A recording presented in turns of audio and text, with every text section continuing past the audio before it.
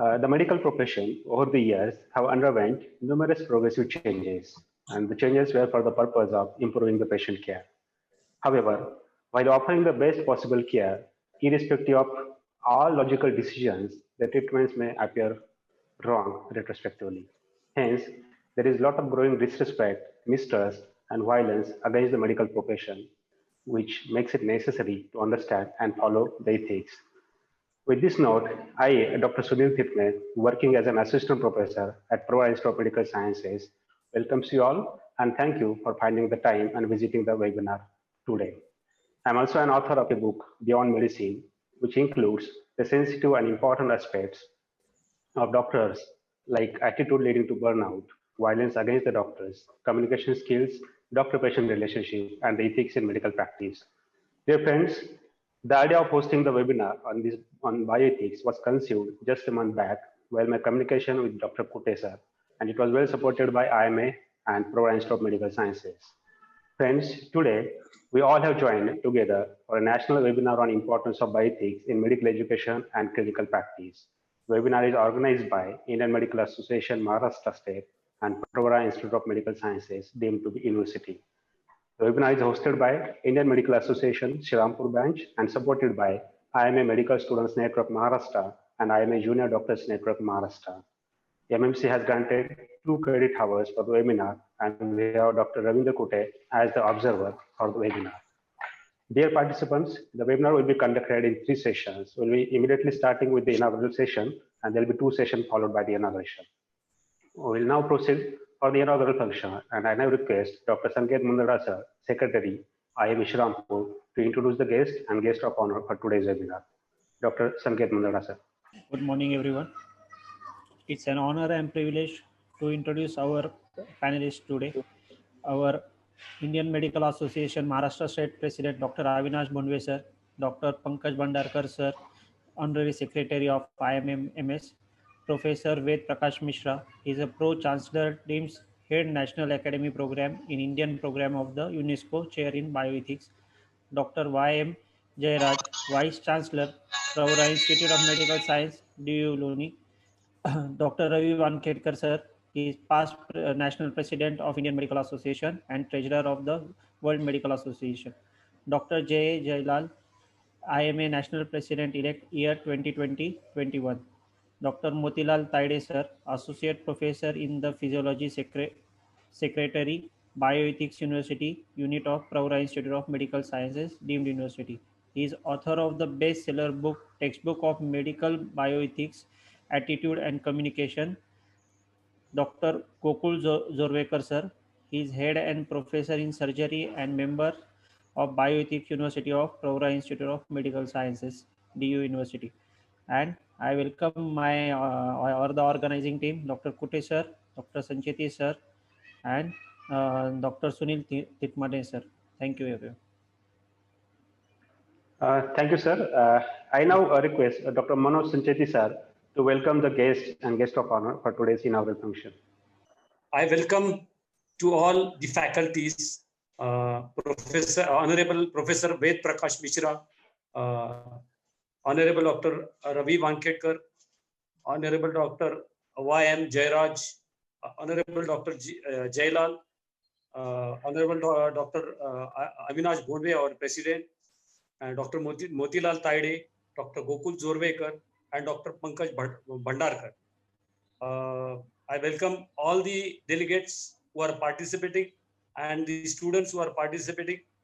I take this opportunity to thank Pravara Medical Institute and Dr. Avinash Bondwe and Dr. Ravindra Kute sir for giving us the opportunity to host this today's program.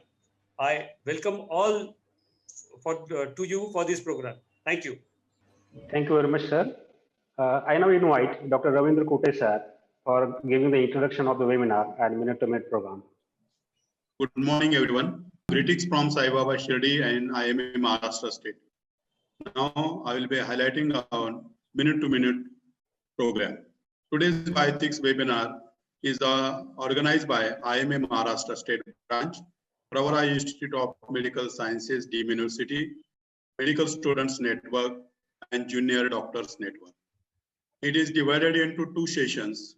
The morning session will be addressed by Dr. Ved Prakash Mishra sir, Dr. Ravi Vankirkar sir, and Dr. Jairaj sir. This session will be chaired by Dr. Kalidas Chavan sir, who is the registrar at Maharashtra University of Health Sciences. After this session, there will be question and answer session and live interactions. And it's proud and privilege that Dr. Ved Prakash Mishra sir will be available at he will be attending the morning session completely. Afternoon session will start at 2:30 p.m. sharp. It will be, I request everyone to be there or getting log at 2:15 p.m. sharp. It will be, the first speaker will be Dr. Jailal sir, followed by Dr. Motilal Taide sir, and Dr. Sunil Dorwekar sir.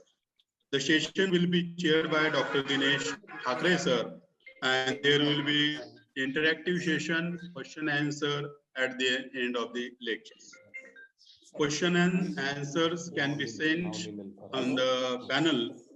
I request everyone to be follow time frame, and it's really nice to hear that we have more than 500 registrations till now, and more than 1,000 students have joined today's webinar. Thank you. Thank you very much, sir. So we have with us Dr. K.D. Chavan, sir, and Dr. Rajan Sancheti. On behalf of organizing committee, I welcome them to this webinar. Now I request all the dignitaries to proceed for the inauguration. I request Dr. Mishra, sir, Dr. Bonwe, sir, Dr. Jairaj, sir, to please inaugurate the session.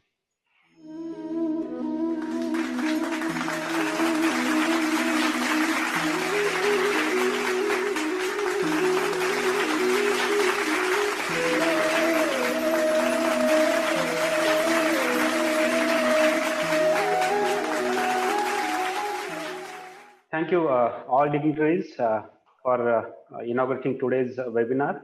I now request Dr. Avinash Bonwe sir to say a few words in the inaugural session. Yeah. Dr. Avinash Bonwe sir. Yeah. Thank you, Dr. Sunil. But as per protocol, I will rather prefer the Honorary State Secretary, Dr. Pankaj Bhandarkar, to say, then I will talk about it. Dr. Bhandarkar. Yes, sir. Dr. Bhandarkar sir. I will just welcome all the dignitaries, all the speakers who are going to talk and give us an important and informative information today. And I think I also congratulate Srirampur branch for organizing this event. And without wasting time, I think I will request our. Thank you. Respected dignitaries, my ethically practicing IMA members, the scholars and professors from Pravara Institute of Bioethics, members of IMA Junior Doctors Network and IMA Medical Students Network, and all the other students present as delegates of this first ever webinar on bioethics by IMA Maharashtra State. I congratulate IMA Srirampur branch, President Dr. Manoj Sancheti, Secretary Dr. Sanket Mundada, Treasurer Dr. Sachin Pare, and the team. And of course, the convener of today's event, Dr. Ravindra Kute, for hosting with and taking so much pains to make this webinar a successful one. Indian Medical Association Maharashtra State is thankful to Dr. Y.M. Jairaj, Vice Chancellor of Pravara Institute of Medical Sciences, Professor Dr. Gokul Zorwekar, HOD of Surgery and member of Bioethics Unit of Pravara Institute. Dr. Sunil also, we are thankful to you. We are really grateful and fortunate to have three luminaries from IMA amongst us for this conference. Professor Dr. Ved Prakash Mishra sir, who is a Pro-Chancellor of Datta Maige Institute of Medical Sciences, and the main important thing that he is head of the academic program in India on UNESCO Chair of Bioethics. Dr. J.A. Jayalal, the national president-elect of Indian Medical Association, and of course our inspiration, our motivator and guide, Dr. Ravi Wankhedkar, treasurer of World Medical Association and past national president of IMA. Dear all, the bioethics is the study of classically controversial ethics brought about by advances in biology and medicine. It is a moral judgment that relates to medical policy, practice, and research. Bioethicists are concerned with the ethical questions that arise in the relationship among the life sciences, biotechnology, medicine, politics, law, and philosophy. It also includes the study of more commonplace questions of values, often called as the ethics of the ordinary, and in which arise in primary care and, of course, all the other branches of medicine. The field of bioethics addresses a broad groups of alternatives, ranging from debates or boundaries like life, boundaries of life like abortion, euthanasia, surrogacy, and of course the allocation of the scarce healthcare resources in organ donation, and of course the healthcare rationing. It also tackles the question to refuse the medical care on religious and cultural reasons also. Bioethicists often disagree among themselves over the precise limits of the discipline and debate whether the field should concern itself with the ethical evaluation of all the questions involving biology and medicine, or it is only a subset of these questions. Some bioethicists would narrow ethical evaluation only to the morality of medical treatment or technological innovations and the timing of medical treatments of humans. Others would broaden the scope of ethical evaluation to include the morality of all the actions that might help or harm organisms capable of feeling fear. The scope of bioethics can expand with biotechnology, including cloning, gene therapy, life extension, human genetic engineering, aeroethics like life in space, and manipulation of basic biology to alter DNA, XNA, and proteins. These developments will definitely affect the future evaluation and may require principles that address life at its core, such as biotic ethics that values life itself as its basic biological processes and structures and seek their propagation.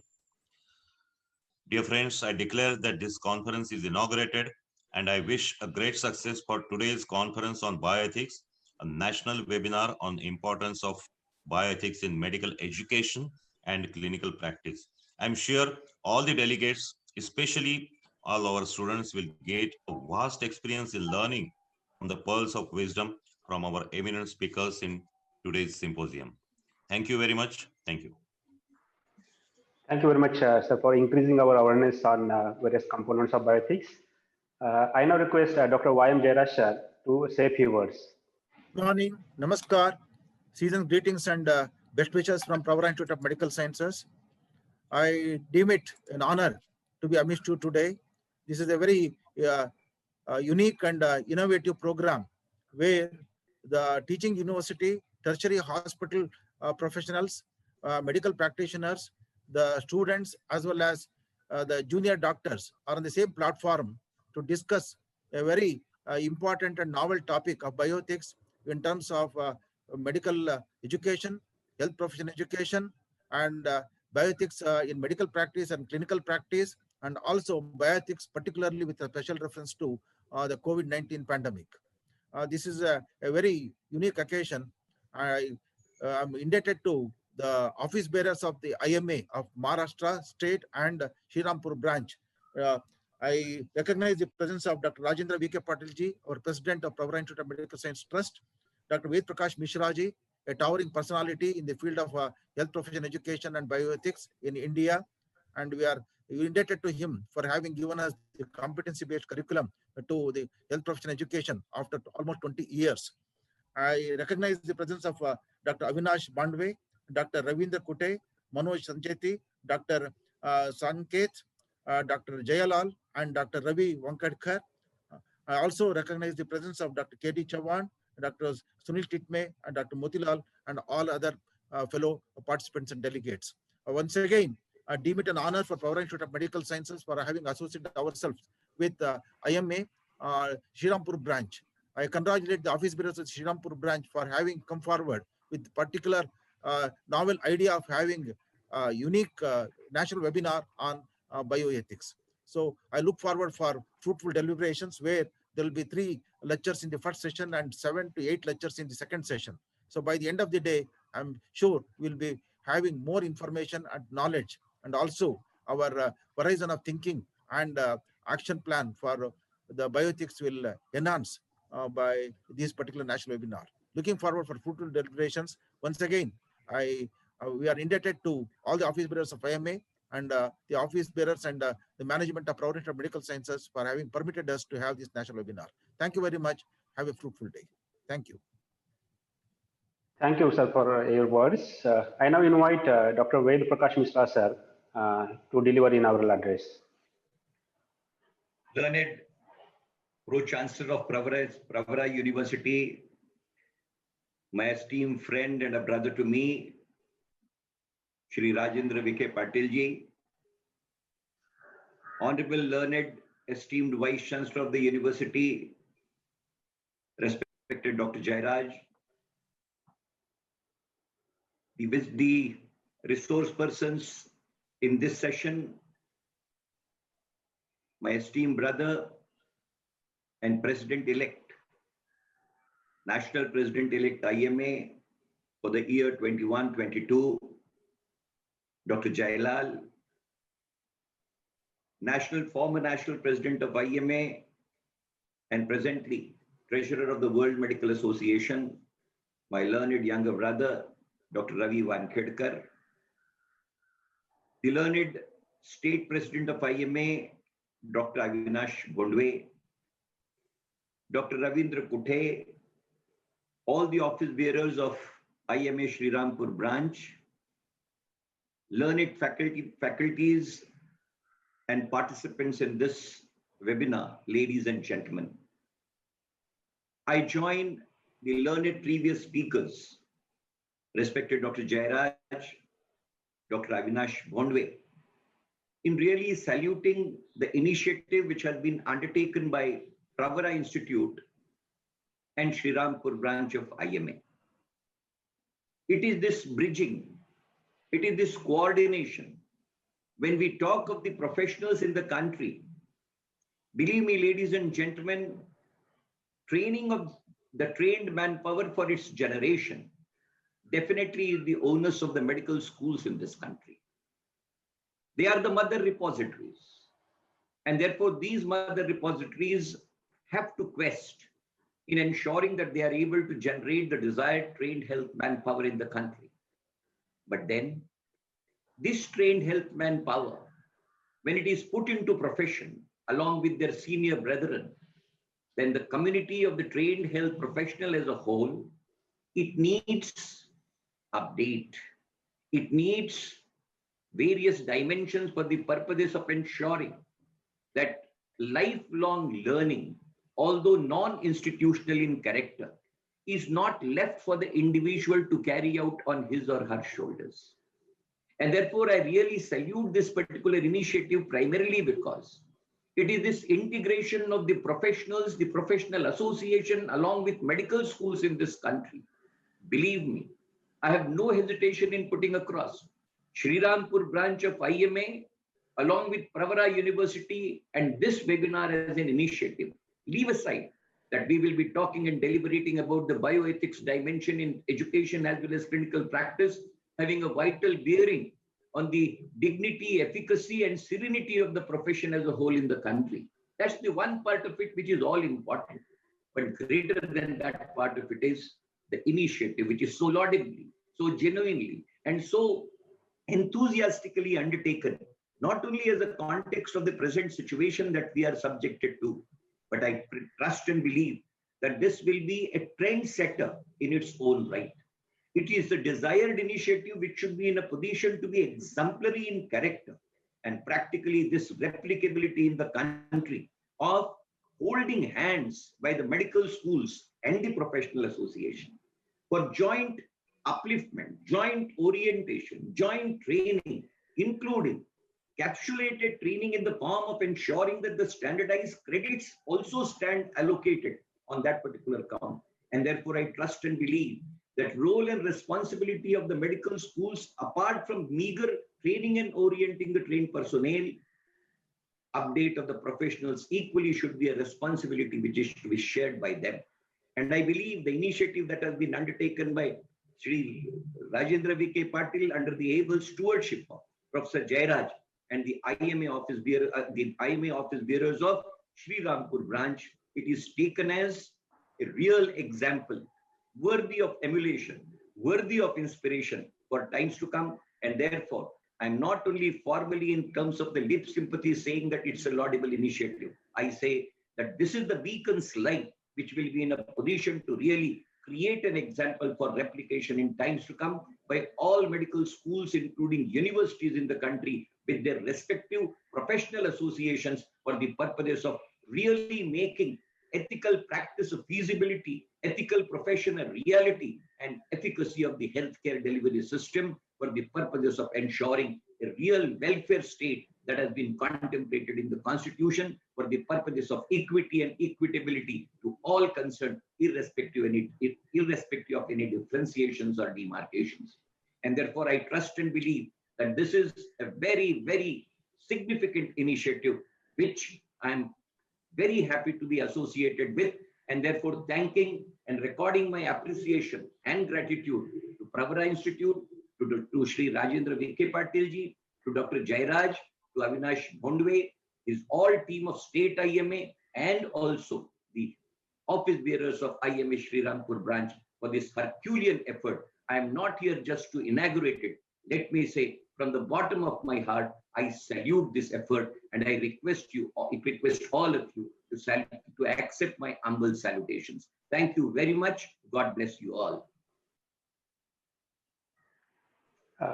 Thank you very much for your real motivational words, and thank you once again for depicting the real value of bioethics.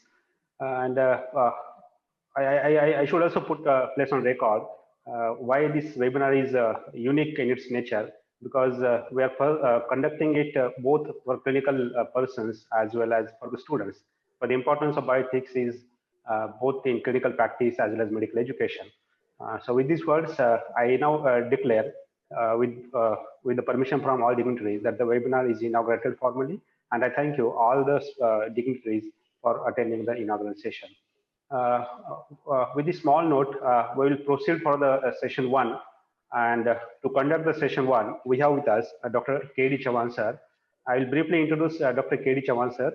Dr. K.D. Chavan sir is presently working as a registrar in Maharashtra Institute of Health Science in Nashik, and he is also author of the book Beyond Medicine. I now request Dr. K.D. Chavan sir to take over the session.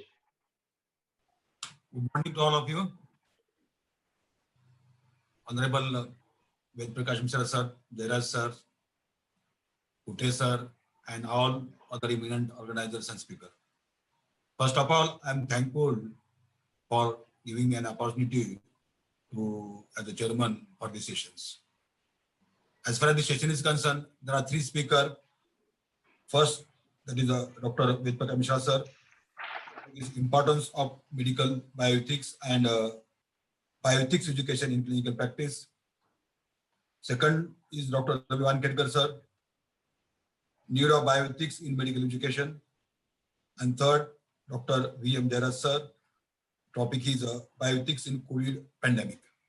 So these are the 3 speakers for the sessions and 3 topics for the sessions.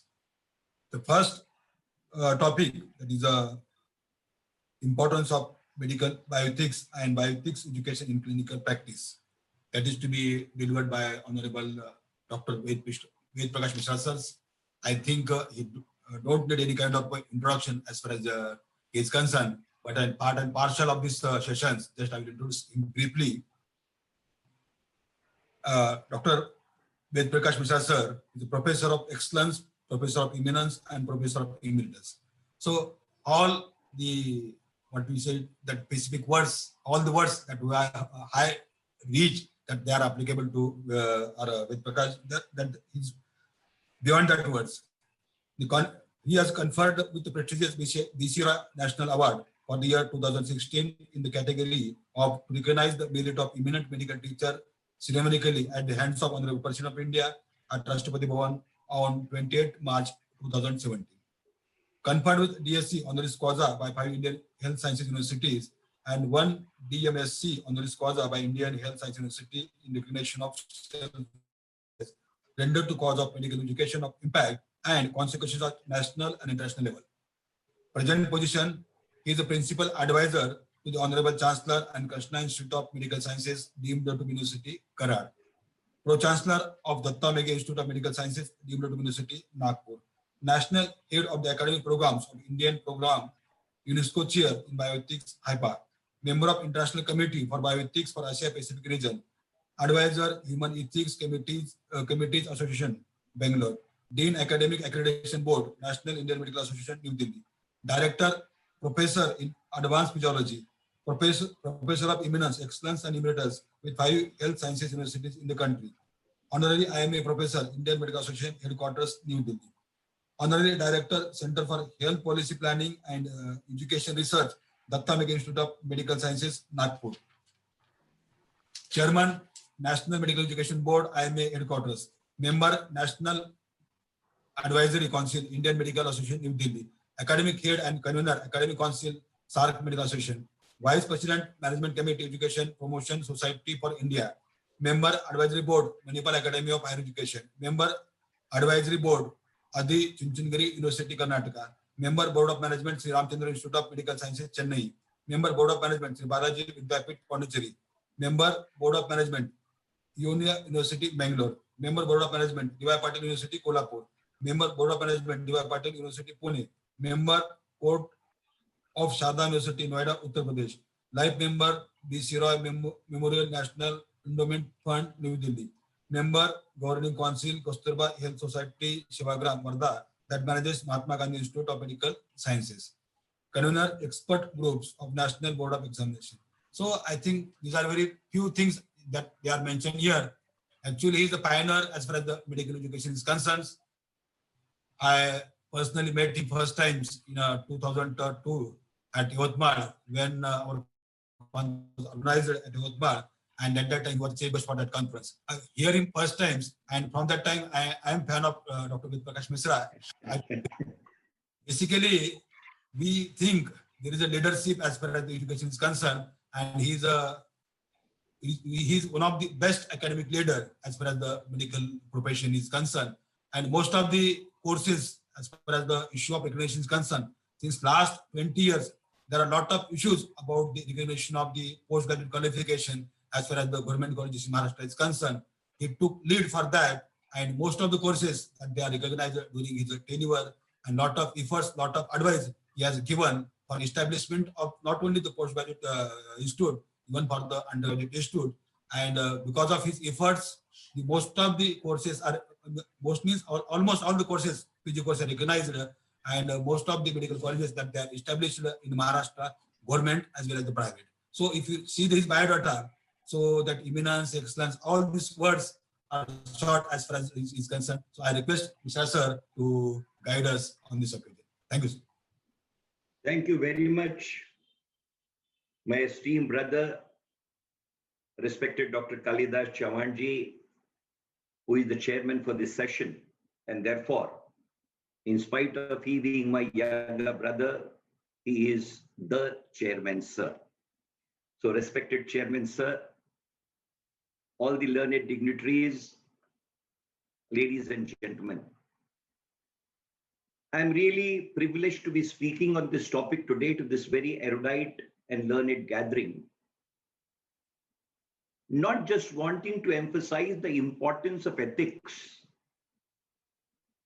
in terms of training of the medical graduates and postgraduates, and also the resultant applicability of it in the medical clinical practice. What I'm wanting to basically hint at, ladies and gentlemen, is certain core considerations which have to be kept in mind. Contemplate a situation that a man from the Stone Age who was designated as quote unquote caveman, today is like you and me. What has been the basic essence that has resulted in transition of this caveman into a modern civilized man, egalitarian and civilized in character? What exactly is that human culture embedded in the essence of humanism, which has really pervaded him and guided his destiny all throughout? And therefore, the cardinal principle when I'm wanting to hint at to decipher as to what ethics and bioethics means is a huge paradigm shift in the thoughtful analogy of the man over a period of his civilized and cultural evolution apart from the biological evolution. And that paradigm shift, if I'm required to be putting in one sentence, ladies and gentlemen, then my core depiction would be that to the caveman, the only way of life was, quote unquote, might is right. It was the might, it was the power, it was the prowess, which was the essence of it turning out to be might in all manifestations of life. And when this is the doctrine and this is the underlying principle which governs the social ethos, then, ladies and gentlemen, in terms of Socrates, this is a barbaric society.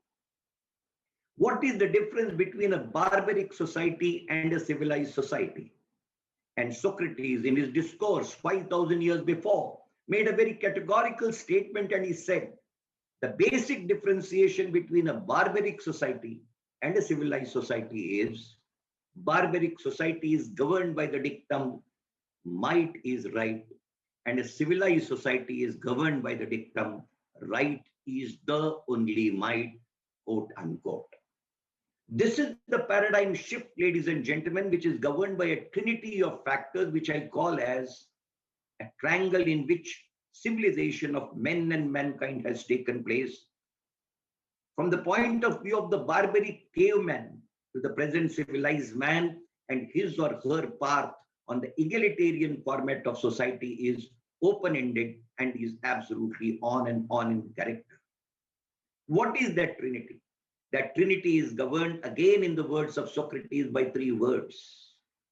When society is based on ethicality, when this ethicality operates on the essence of morality, and when this practicing of ethical morality results in value ethos, the society itself is transformed into a civilized society.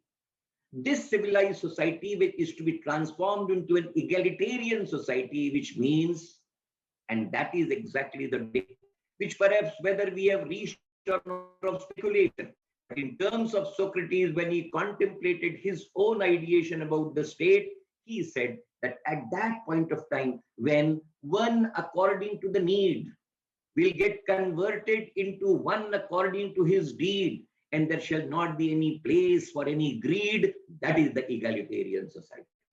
And therefore, I am giving you the three formats of the society: the barbaric society, the civilized society, and the egalitarian society.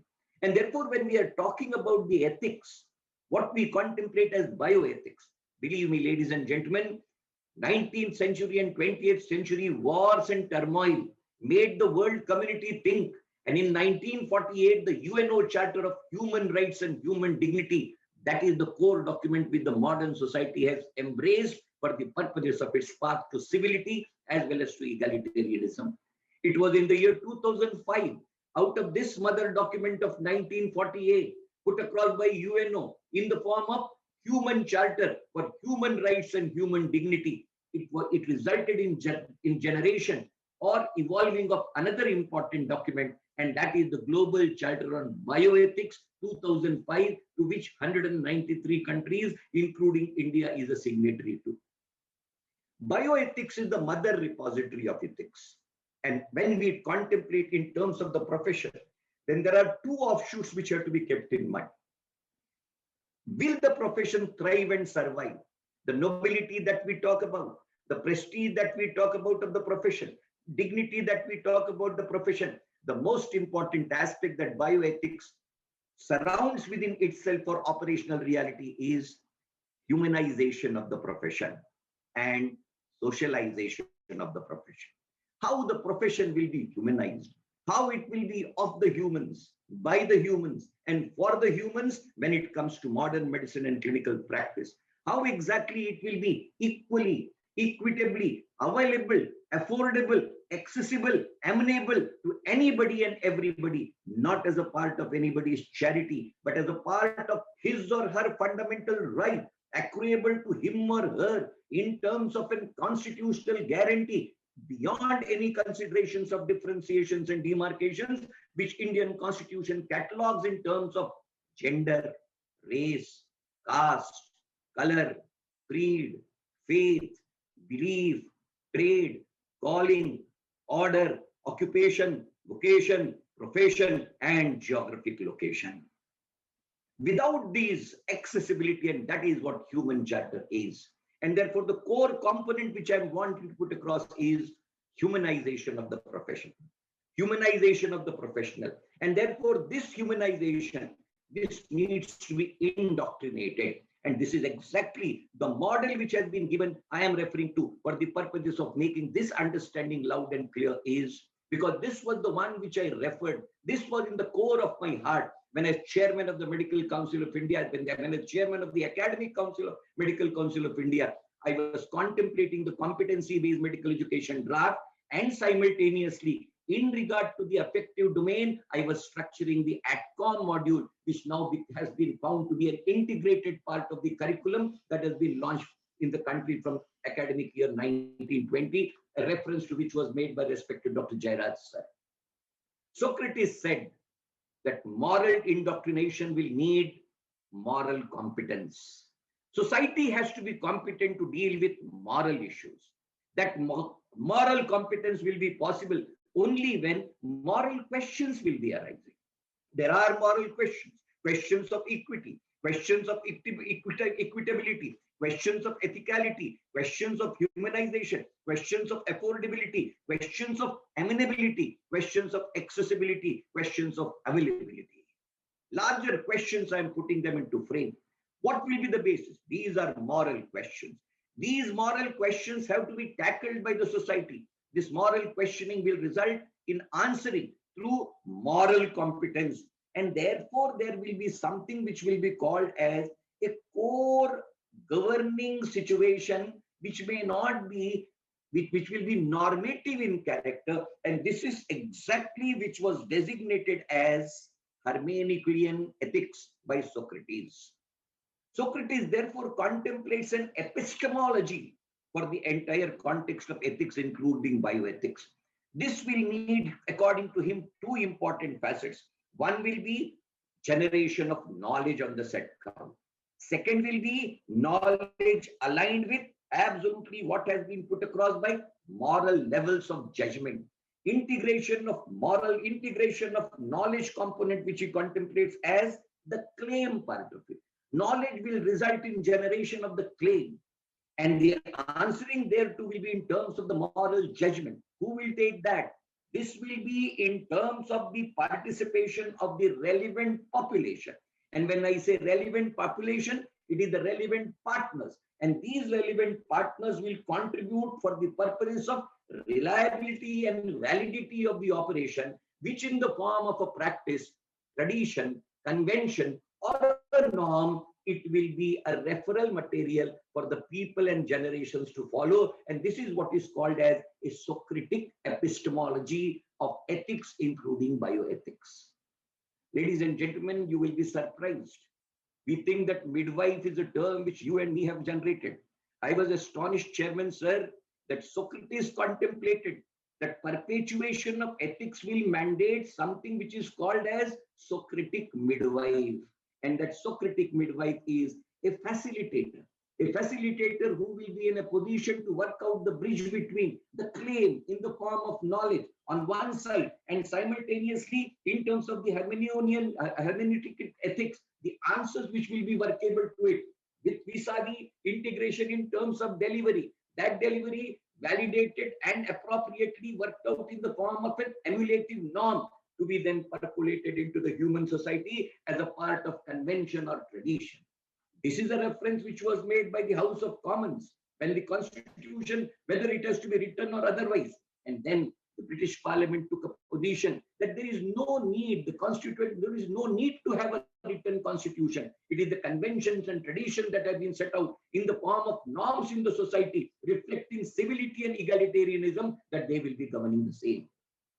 Taking this model into consideration, Chairman, sir, institutionalization of the ethics, institutionalization of the bioethics, incorporating that into the curriculum and making that curriculum oriented with all these incorporations. Time is limited at my disposal, therefore I'm just briefing the landmarks which I'm wanting to hint at. And that is the reason competency-based medical education curriculum includes the entire ADCOM module, for which in 4 phases, 140 hours are incorporated for the same in terms of 27 modules through 54 competencies in terms of their distribution, linked with entire assessment has been worked out so that the learner is oriented on. What is the modality which has been availed therein?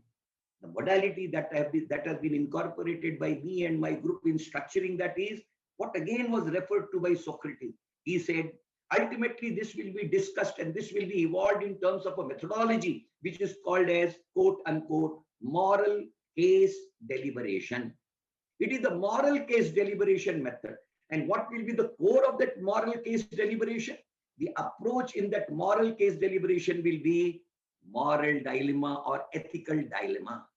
In clinical practice, there are n number of dilemmas which the clinician is confronted with. They are ethical dilemmas. What is the way in which he or she is required to be tackling it? It is not his or her perception that is expected to be vital and important. It is this moral dilemma which is to be resolved in the context of conventions, practices, norms which have been set across over a period of time. And in those contexts, certain cardinal principles like the principles of beneficence, the principles of non-maleficence, the principles of autonomy, the principles of confidentiality, the principles of respect, the principles of dignity, and the principles of justice and accountability, they cannot be compromised with. And it is on the essence of this that ethical or moral dilemma is required to be answered to. I am not taking illustrative examples because that will virtually take me around each of the competency. But in all humility, Chairman, sir, all this has been structured into the ADCOM module at various levels, including ethical dilemmas, the MCD approach, the dilemma method, all that has been worked out in that book. And therefore, I am not taking the time of this learned gathering for describing as to what it is. It is a public document structured into the curriculum being run across 600 medical schools in the country, including Pravara Institute of Medical Sciences. Therefore, it is a referral book which is open and available to everybody. The main concern was we are able to train and institutionalize the entire method for personalization of ethical component into that particular trained personnel. Issue is therefore these graduates and postgraduates in the present form of training, Chairman, sir, they will be oriented on it.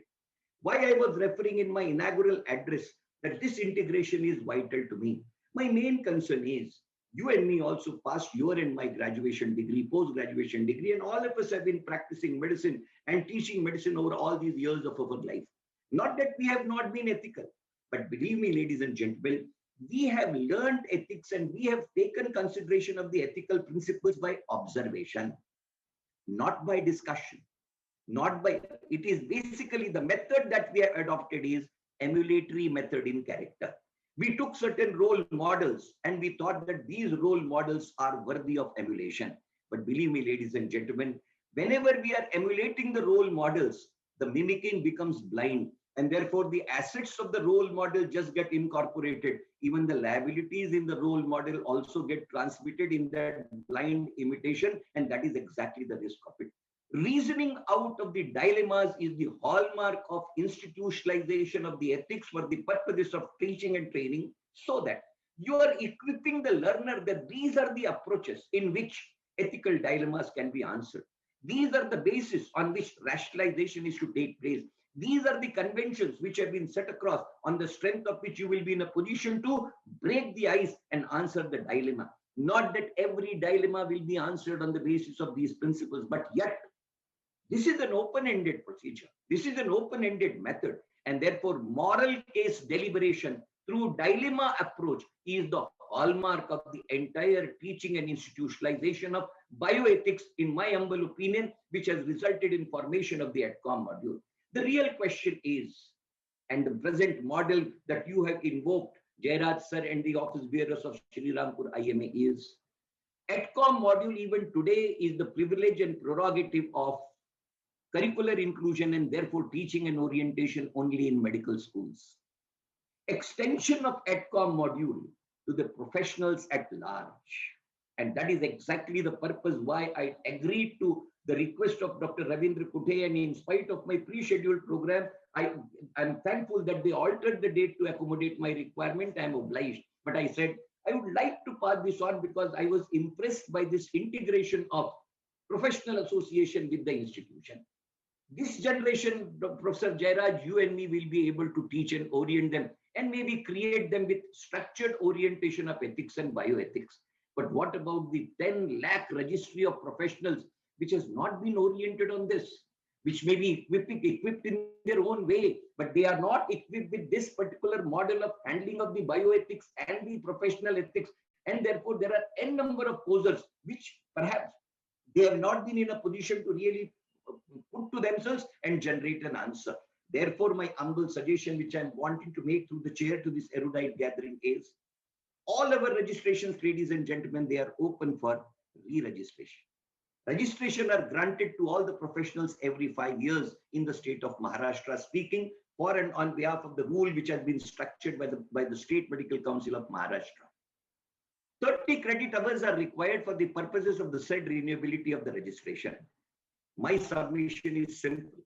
Let the medical schools in the state of Maharashtra take the onus that they would be the ones which will be preparing the modular approach for orientation, inculcation of bioethics as incorporated in the ADCOM module in 5 distinct modules, which will be readied for the respective professional associations. And it is these modular training and orientation of the professionals. And therefore, I request Avinash Gondwe, Wankhedkarji, and all the leaders of IMA, including my learned brother, Dr. Jailal, that let us take a position that out of the 30 credits that are necessary for the purposes of renewal / re-registration for a medical professional, 10% of those credits means 3 credits in the interim of period of 5 years for the purposes of renewability shall be accrued in the domain of bioethics, professional ethics, and modalities of handling ethical dilemma, structuring it in the format as depicted in the ADCOM module. And therefore, that is exactly what I'm saying is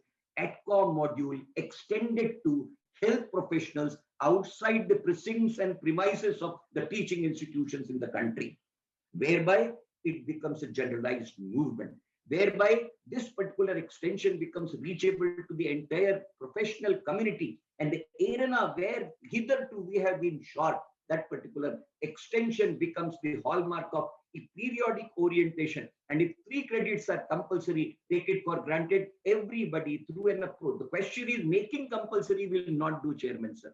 If you make it compulsory, then you will have to provide for the modality through which that particular achievement is required to be made. And I trust and believe, let the modality of preparing the module and training and orientation of the same along with the professional association be jointly shared by the area where the college is located and the professional association of that particular area. They join hands and they take the onus of orienting this in terms of conferment of credits through the standardized program readied by the medical schools on the basis of the ADCOM module, duly standardized by a core committee which can be constituted at the state level, if I'm speaking for the Maharashtra state, to be validated by and certified by the State Medical Council, so that every professional in the state of Maharashtra, for the purposes of renewability of his or her registration, 3 credits are earned by him on this particular component, whereby his registration is open for renewability. This is exactly where we will be in a position to generate that particular essence which we are readying for the present generation for all times to come. Professionalism, accountability, lifelong learning, These may be the attributes, but believe me, ladies and gentlemen, these attributes cannot be left to individualization at their own cost and ending up in peril. It will need institutionalization of the same. And therefore, my humble suggestion on this count is the initiative which has been undertaken by Pravara University and Sri Rampur branch of IMA. Let this not be only an association for this event. My submission is, let us make this venture, prepare a mode and module, generate an approach, and put it across to concerned authorities for the purposes of diligent approval. We will be able to make a change and we will be able to generate an impact. Concludingly, I only want to say, Mahatma Gandhi made a small attempt, made a small statement at the commencement of the Second World War. Everybody wants the change, but change cannot germinate out of the soil and descend down from the heaven on its own.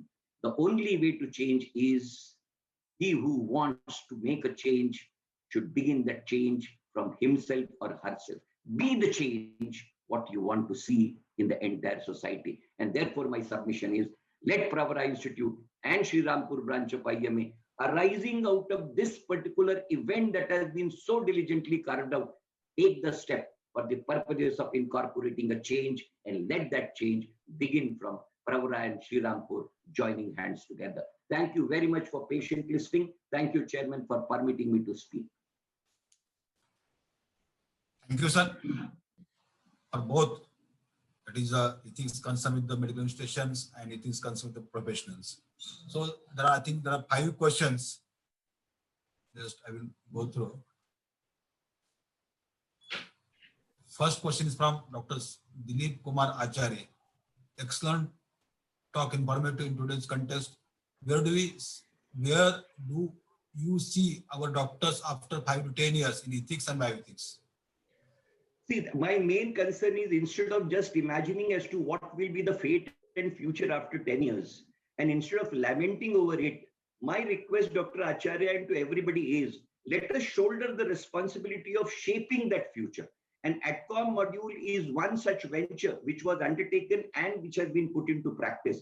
And therefore, my request is, if we really undertake this on behalf of the association for the purposes of inculcation and orientation, perhaps we don't have to then imagine as to what the future will be. We will be in a position to really give a shape to the future, so that the posterity will be in a position to really tell us for us, when perhaps you and me will not be there, in terms of the famous statement which Shakespeare made. Yes, they came, they saw, and they conquered for the subsequent generations. That is my answer to the thing. Thanks. Thank you. Second question is, what should the limit of health education to patient and relatives? Sometimes I find myself giving too much explanation to avoid misunderstandings and resistance from them in future. What should we look? There are two ways at it, Chairman, sir. Number one is, we all know that the level of education in a developing country like ours, where literacy rate, in spite of now more than 75 years of freedom, even today is abysmally poor. The social determinants of health, the status of education definitely is impaired. Therefore, if you look into the new national education policy of 2020, they have said that ultimately functional literacy is to be augmented through a voluntary approach method. It is true that this limitation is bound to be there, but then it would be imperative that whenever we are talking about the explanation, informed consent is the hallmark of anything and everything. And whether the patient is literate, illiterate, knowledgeable, non-knowledgeable, the autonomy which is entitled to him or her is absolute and is inviolate. It definitely will take additional effort on part of all of us, but then let us not pass on to the buck to anybody. It is a sociological problem which we have to face, and therefore perhaps there cannot be a compromised approach. Let there be any quantum of time which would be needed, but the inviolate right of autonomy of the patient, independent of his level of knowledge and status, is non-compromisable, is inviolate, and cannot be marginalized in any manner whatsoever. So last question. Just I will take last. There are many questions, but just I will take last question because of time limit. Bioethics should be a part of the new curriculum. outcome model should be introduced to all teacher, practitioners, and medical students. I think it is there. Yes, this is already done for the students, for the new admitted ones. I have already done that. It is already in vogue. Bioethics is a part of the curriculum. As I told you, 140 hours of teaching spread over 4 years, 54 competencies, 27 modules, modes of assessment, including the moral case discussion, the ethical approach, the dilemma approach, everything is included. My only problem was, how do I extend it to practitioners? And therefore, I came with a modality what I was able to conceive. And it is precisely for that reason that I ventured into this particular talk, inspired by the hand-holding which the Pravara and the Sri Rampur branch has done. And that has kindled a hope in my mind, an optimism in my mind. Therefore, I am putting that model. If people think that it is worthy of it, let that be put into practice. And I am willing to render whatever best shoulders of mine will be in a position to undertake the weight on. I think there are questions, but because of time constraint, we are not able to discussion because already sir has covered all aspects of the ethics, bioethics at institute level as well as for the medical professional. Thank you, sir, for your. Thank you, Chair. Thank you. And so, thank you, sir. Yeah, we have to move on to the next topic. Dr. Ved Prakash Mishra, sir, thank you very much on behalf of Pravara Institute of Medical Sciences for accepting So our invitation. Nice meeting. And nice meeting. we hope that we have made a beginning. We will all march ahead under your guidance in realizing our goal. We will. No issues. Yeah, Chairman, sir, we have to move to the next lecture. The second topic for this session is need of bioethics in medical education. That is to be covered by one of the eminent medical professional, Dr. Ravi Wankhedkar sir. He is a general surgeon and since long time he is involved in various activities of the IMA. Basically from Dhule, and now initially he is a part of the Maharashtra Medical Council. After that, he is a part of the national levels. Now he is at the world level. So his dedication to the IMA, I think it is unlimited, uncountable, and he is the past president of the Indian Medical Association of India, and right now he is the treasurer of the World Medical Association as well as president of the SARC Medical Association. So I think mostly he knows the various issues that I think that they are concerned with the medical professional, and many times he has highlighted the issues that they are concerned with the practice of the medical profession. Not only about the medical ethics, but other than medical ethics, that is the assault of the medical professionals, negligence on the part of medical negligence, how to, because medical professionals, they have a lot of liabilities while doing the professional practice. I think he is the person who knows the basic issues that they are concerned with the medical practice of medical professions. I think I request Ravi Wankhedkar sir to deliver one of the eminent speaker as well as one of the important topic, that is bioethics in the medical education. Already Mr. sir has highlighted the importance of this, and I think sir will also enrich the aspect of the bioethics in the medical education. Thank you, sir. Thank you, dear Chairman, sir. My younger brother, Dr. Kailash Chavan, who I know since long and who is doing an excellent job as the Registrar of Maharashtra University of Health Sciences, and previously also as the Controller of Examination. We had a lot of interactions in the Board of Examination Committee, and I'm really happy and proud that Pravara Medical Trust has given such a jewel to the MUHS, and he is an asset to the medical education system of Maharashtra. And the respected Pro Vice Chancellor of Pravara Medical Trust, Honorable Jairaj sir, the respected Chancellor and my dear friend since long, the Chairman, Shri Rajendra Vikheji Patil, my co-panelists, and whom I fondly called. We all know 4 Vedas, but there is a 5th Veda of medical education, and he is none other than our friend, philosopher, guide, Dr. Ved Prakash Mishra sir. And I am so honored that he considered me as his son-in-law.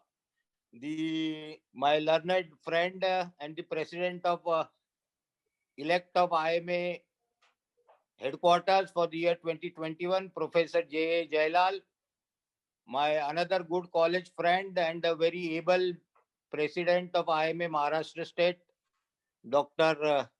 Avinash Bondwe, the various IMA dignitaries, all the organizers who have taken lots and lots of effort, and all my dear students and colleagues.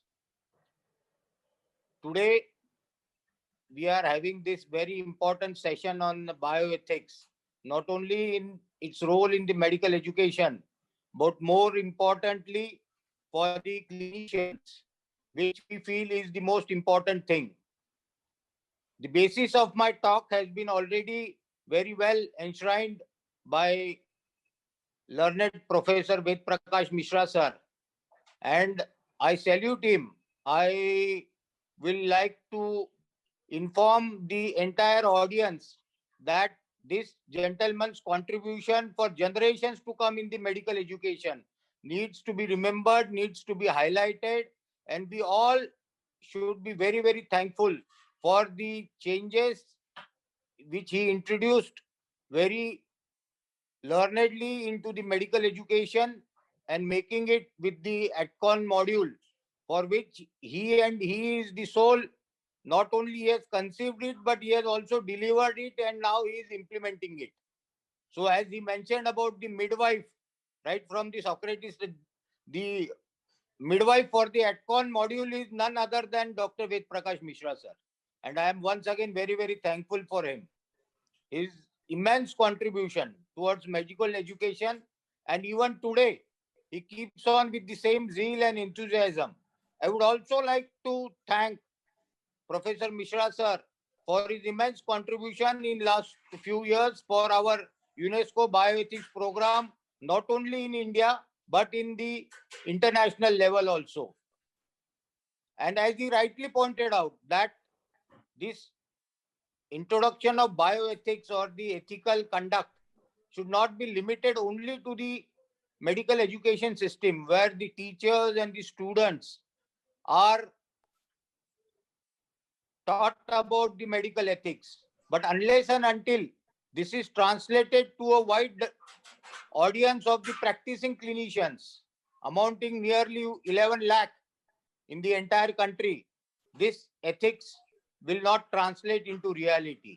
And for that sole purpose, Indian Medical Association for last 3 years has tied up with UNESCO Bioethics Program, and as the chairman of the IMA UNESCO Bioethics Program nationally for last 3 years, let me inform this August gathering that Indian Medical Association has taken it to the nooks and corners through its more than 2,000 branches throughout the country to introduce, to resensitize the concept of bioethics to our medical practitioners and to our members. With the help of Ved Prakash Mishra sir, we organized the international conference. Everyone agrees that ethics is a dynamic concept. It can't be static. It changes with the time, place, circumstances. Newer and newer ethical dilemmas are introduced, which needs revisitation of ethics. And hence, an international conference was organized wherein an entire new book on revisiting clinical ethics, which will act as a Bible for the practicing status of various ethical dilemmas.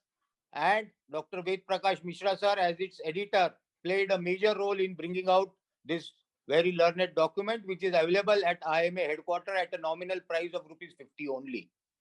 Not only that, we have involved through our Indian Medical Association and made all the state presidents as chief of the unit for that particular state for bioethics. Going a step further, especially we found out that ethical dilemmas for small hospitals and medium-sized hospitals is creating a big issue. There are ethical committees in bigger hospitals, in teaching hospitals. But this concept, which will be helpful in coming out with very standardized research, we introduced a special bioethics program for small hospitals and medium-sized hospitals through our IMA Hospital Board of India. So Indian Medical Association with IMA, with the UNESCO Bioethics program, our learned friend, Professor Russell Bioethics, and now with the help of Dr. Ved Prakash Mishra sir, we are always trying to reach out to all the aspects of the medical fraternity. Not only the medical students, the medical teachers, all the medical schools, the nurses, the physiotherapists, the laboratory technicians, everybody now is pharmacists, all are now involved in this UNESCO bioethics program. And I am very sure that in coming years, we will find that this inculcation of ethics in the learning stage itself will produce more and more ethical doctors. As a practicing clinician for last 35 years and as currently as the professor of surgery in Government Medical College, I am straddled with both the fields, which gives me a unique advantage of seeing the problems on both the sides of the coin. And this integration of the medical schools and the practicing doctor is very, very essential. And I thank Pravara Medical Trust for making a very good beginning. And I hope with their resourcefulness, they will be able to continue with this series of integrating these two sides of this coin. Ethics, friends, form the basis of good doctor-patient relationship. They are the cornerstone. In last few years, due to various factors, which want of time, I will not go into the details. The sacred trust between a doctor and a patient, the faith between a doctor and a patient is somehow losing its sheen. And one of the major reasons is the lack of ethics. Let me admit very, very frankly and honestly that the rapid commercialization coupled with the falling values, overall values of the society by itself, which is reflected, the medical fraternity can't be in isolation with the general populace at large. So all these factors have led to an erosion in the trust between physician and the patients. And ethics, the more and more ethics are inculcated and practiced. This practicing ethics is very, very important. Beyond all commercial consideration, would definitely rebuild this trust between physicians and the patients and bring back the glory, the trust to the medical profession. And for that, our factories of producing doctors, that is medical schools, have to inculcate right from the first MBBS, the concept of medical ethics. And medical ethics, you can go into the details of it on various terminologies, definitions, how to apply it. A very, very simple thing to my young friends, which I would like to them to remember for their lifetime. If there is a patient of headache, you will have to give analgesic. That is what the medical science teaches us. If there is a patient of appendicitis, no, there is no other modality but to do a appendicectomy. So on and so forth. But then why? Why certain patients prefer certain doctors only? Is Dr. X, Dr. Y, Dr. Z gives a different modality of treatment? No. It is the faith which takes the patient to that particular doctor, which ensures the success of the treatment. And that faith, that trust is generated by only and only by ethics. To be a good doctor, you have to be a good human being. This is the basic underlying scripture written in all the textbooks and all the management books. And to be a good human being, you have to have a good ethical conduct. And whatever moral values, simple values of honesty, truthfulness, giving respect, and being true to ourselves and to the patient constitute ethics. In simple terms, whatever upbringing you are having, whatever religion you are following, all religion teach and ask us to inculcate these basic good human values. they form the cornerstone of ethics. They, as and when the time progresses, circumstances arise, we will have these ethical dilemmas. But to solve any ethical dilemma, the cornerstones of basic human values are only applicable, and on that basis, we can solve all the ethical dilemmas which we come across. We can have and we can enumerate hundreds of ethical dilemmas which a practicing physician faces day in, day out. But if you apply the basic human values, because this ethics is nothing new, as what Sir has said. Not only the Greek mythology describes ethics, our own Charak Samhita describes the code of physician, code for the physicians, how a Rajvaidya should behave, how a Vaidya should behave towards his patient, towards his fellow colleagues. The Siddha system of medicine in South India also describes a similar code. The Chinese medicine describes the similar code. The code of Hammurabi, which is much before the Hippocratic Oath, also describes the code of ethics. And we have evolved it over a time period. And let me inform this August gathering that World Medical Association gives a special emphasis on ethical problems. And just to give an example, if you want to change any ethical resolution on ethics or any ethical issue, we in WMA require 3/4 of a majority. All other resolutions or changes in the constitution can be done by a 2/3 majority. A resolution other than ethics can be passed and moved with a simple majority.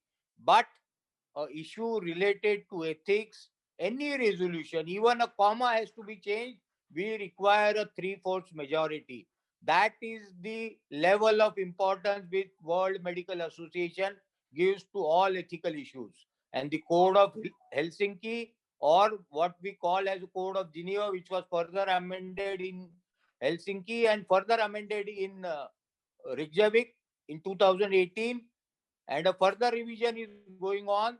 The physician prayer of WMA, the IMA prayer of Indian Medical Association are basically examples of nothing but ethics and how a physician should behave. So, Indian Medical Association, the World Medical Association, along with UNESCO Bioethics Program.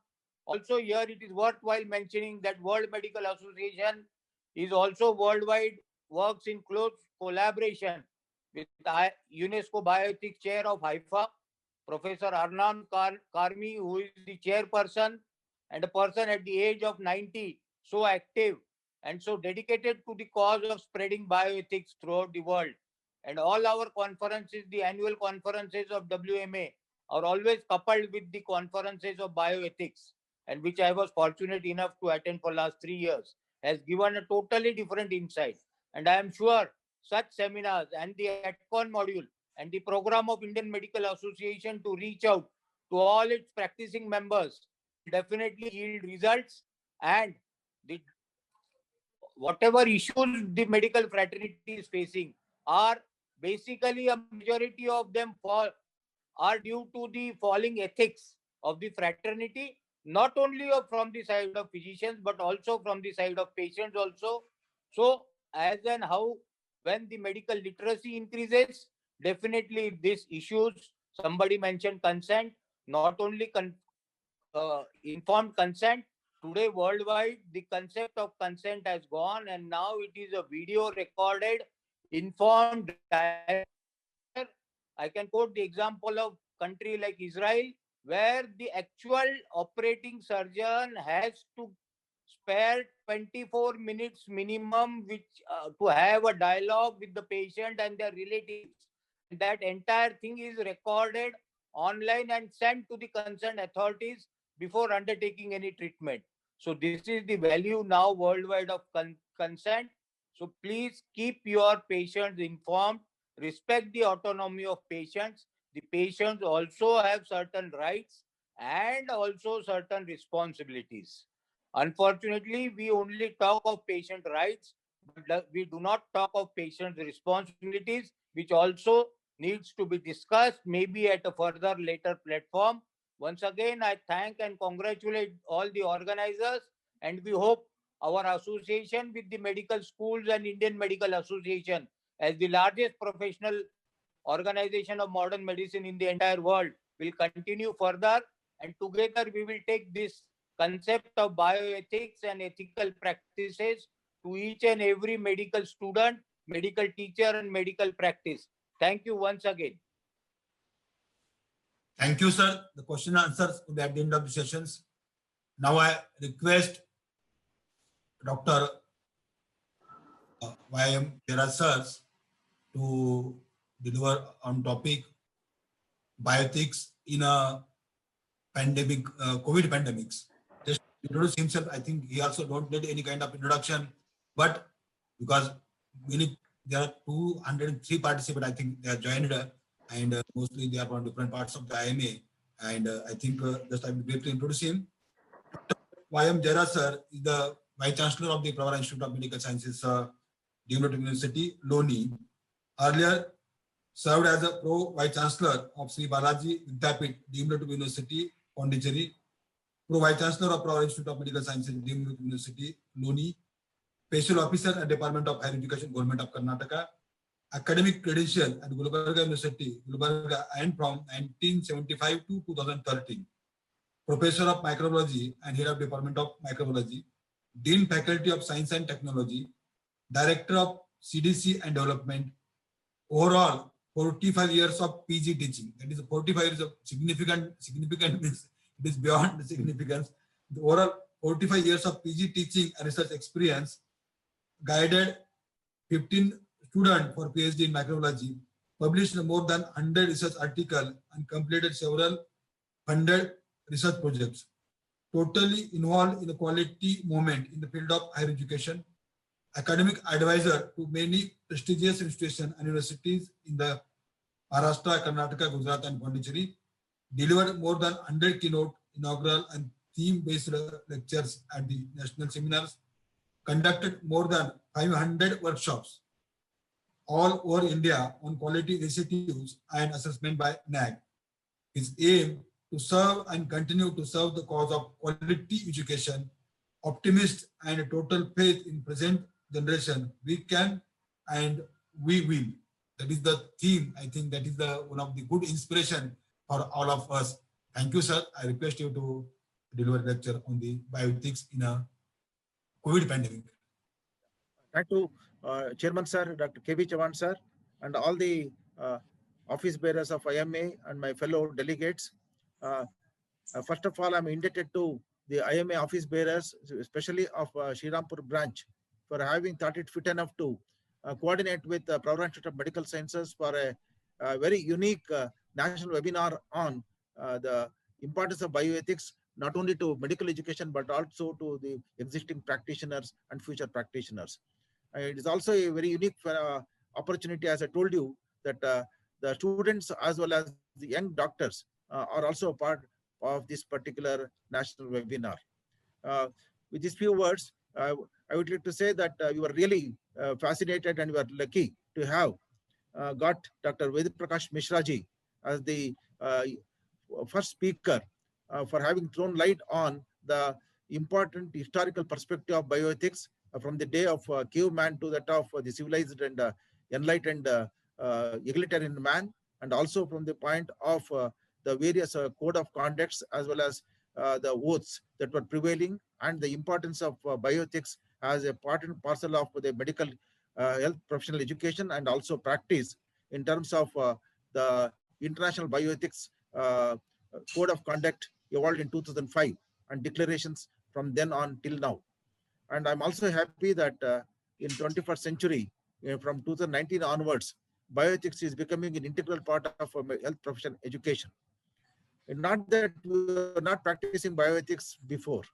As rightly told by the earlier speakers, we were practicing bioethics in terms of code of conducts and samhitas, and also various oaths that the doctor used to take at various levels. For me, I have been given a topic that bioethics is no doubt is to be practiced by everyone, and everyone is practicing it. But 2020 has seen a very unprecedented pandemic in the form of COVID-19.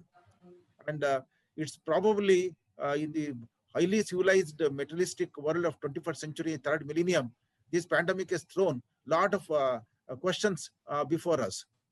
So I have chosen the topic of the impact of bioethics, the impact of COVID-19 on the bioethical practices in health profession education and health practices. With these few introductory remarks, I will share my slides for the benefit of all the august audience. First of all, season greetings from Pravara Institute of Medical Sciences and Pravara family. And I'm extremely happy that the IMA national and international office bearer and Dr. Ved Prakash Mishraji did appreciate the coordination of Srirampur branch of IMA and Pravara Institute of Medical Sciences as the front runners in integrating health practitioners and the health professional educationists to ultimately give importance to bioethics. So with this important component, let me tell you that I would like to spend for next 15-20 minutes on three important components. Namely, on one hand, we have got medical profession. On the other hand, you have got medical education. And on the other hand, you have got COVID-19 pandemic. And in between, there is medical ethics. So today, this medical ethics is challenged both from the point of COVID-19 and also from the modernity of health profession education or health professional healthcare. So I would like to take the components of issues, the impact and the challenges, issues, challenges, and the impact leading to conflicts and dilemma, and what is the road ahead for a healthy, vibrant human society and the Pravara initiative as far as the bioethics is concerned in this COVID-19 pandemic era. As you know, this COVID-19 pandemic is unprecedented. It is at all levels, it is at all spheres, and it has totally shattered the lifestyle and changed the lifestyle of the individuals. It is non-discriminative and it is affecting everyone, rich or poor at the global level, and it is affecting the living process. It is affecting the life itself, both personal as well as public life, and total disruption of life and living is the hallmark of this COVID-19 pandemic. And not only that, it is a threat to the life and living of the future generations. And it is making us to defy all values and ethics, not only the bioethics, but also the human ethics and human values. And it is also affecting governance at all levels, commencing from central to state to that of all aspects. For example, nobody knew the importance of National Disaster Management Act, but only in 2019, we are understanding the importance and horizon of this particular act called National Disaster Management Act.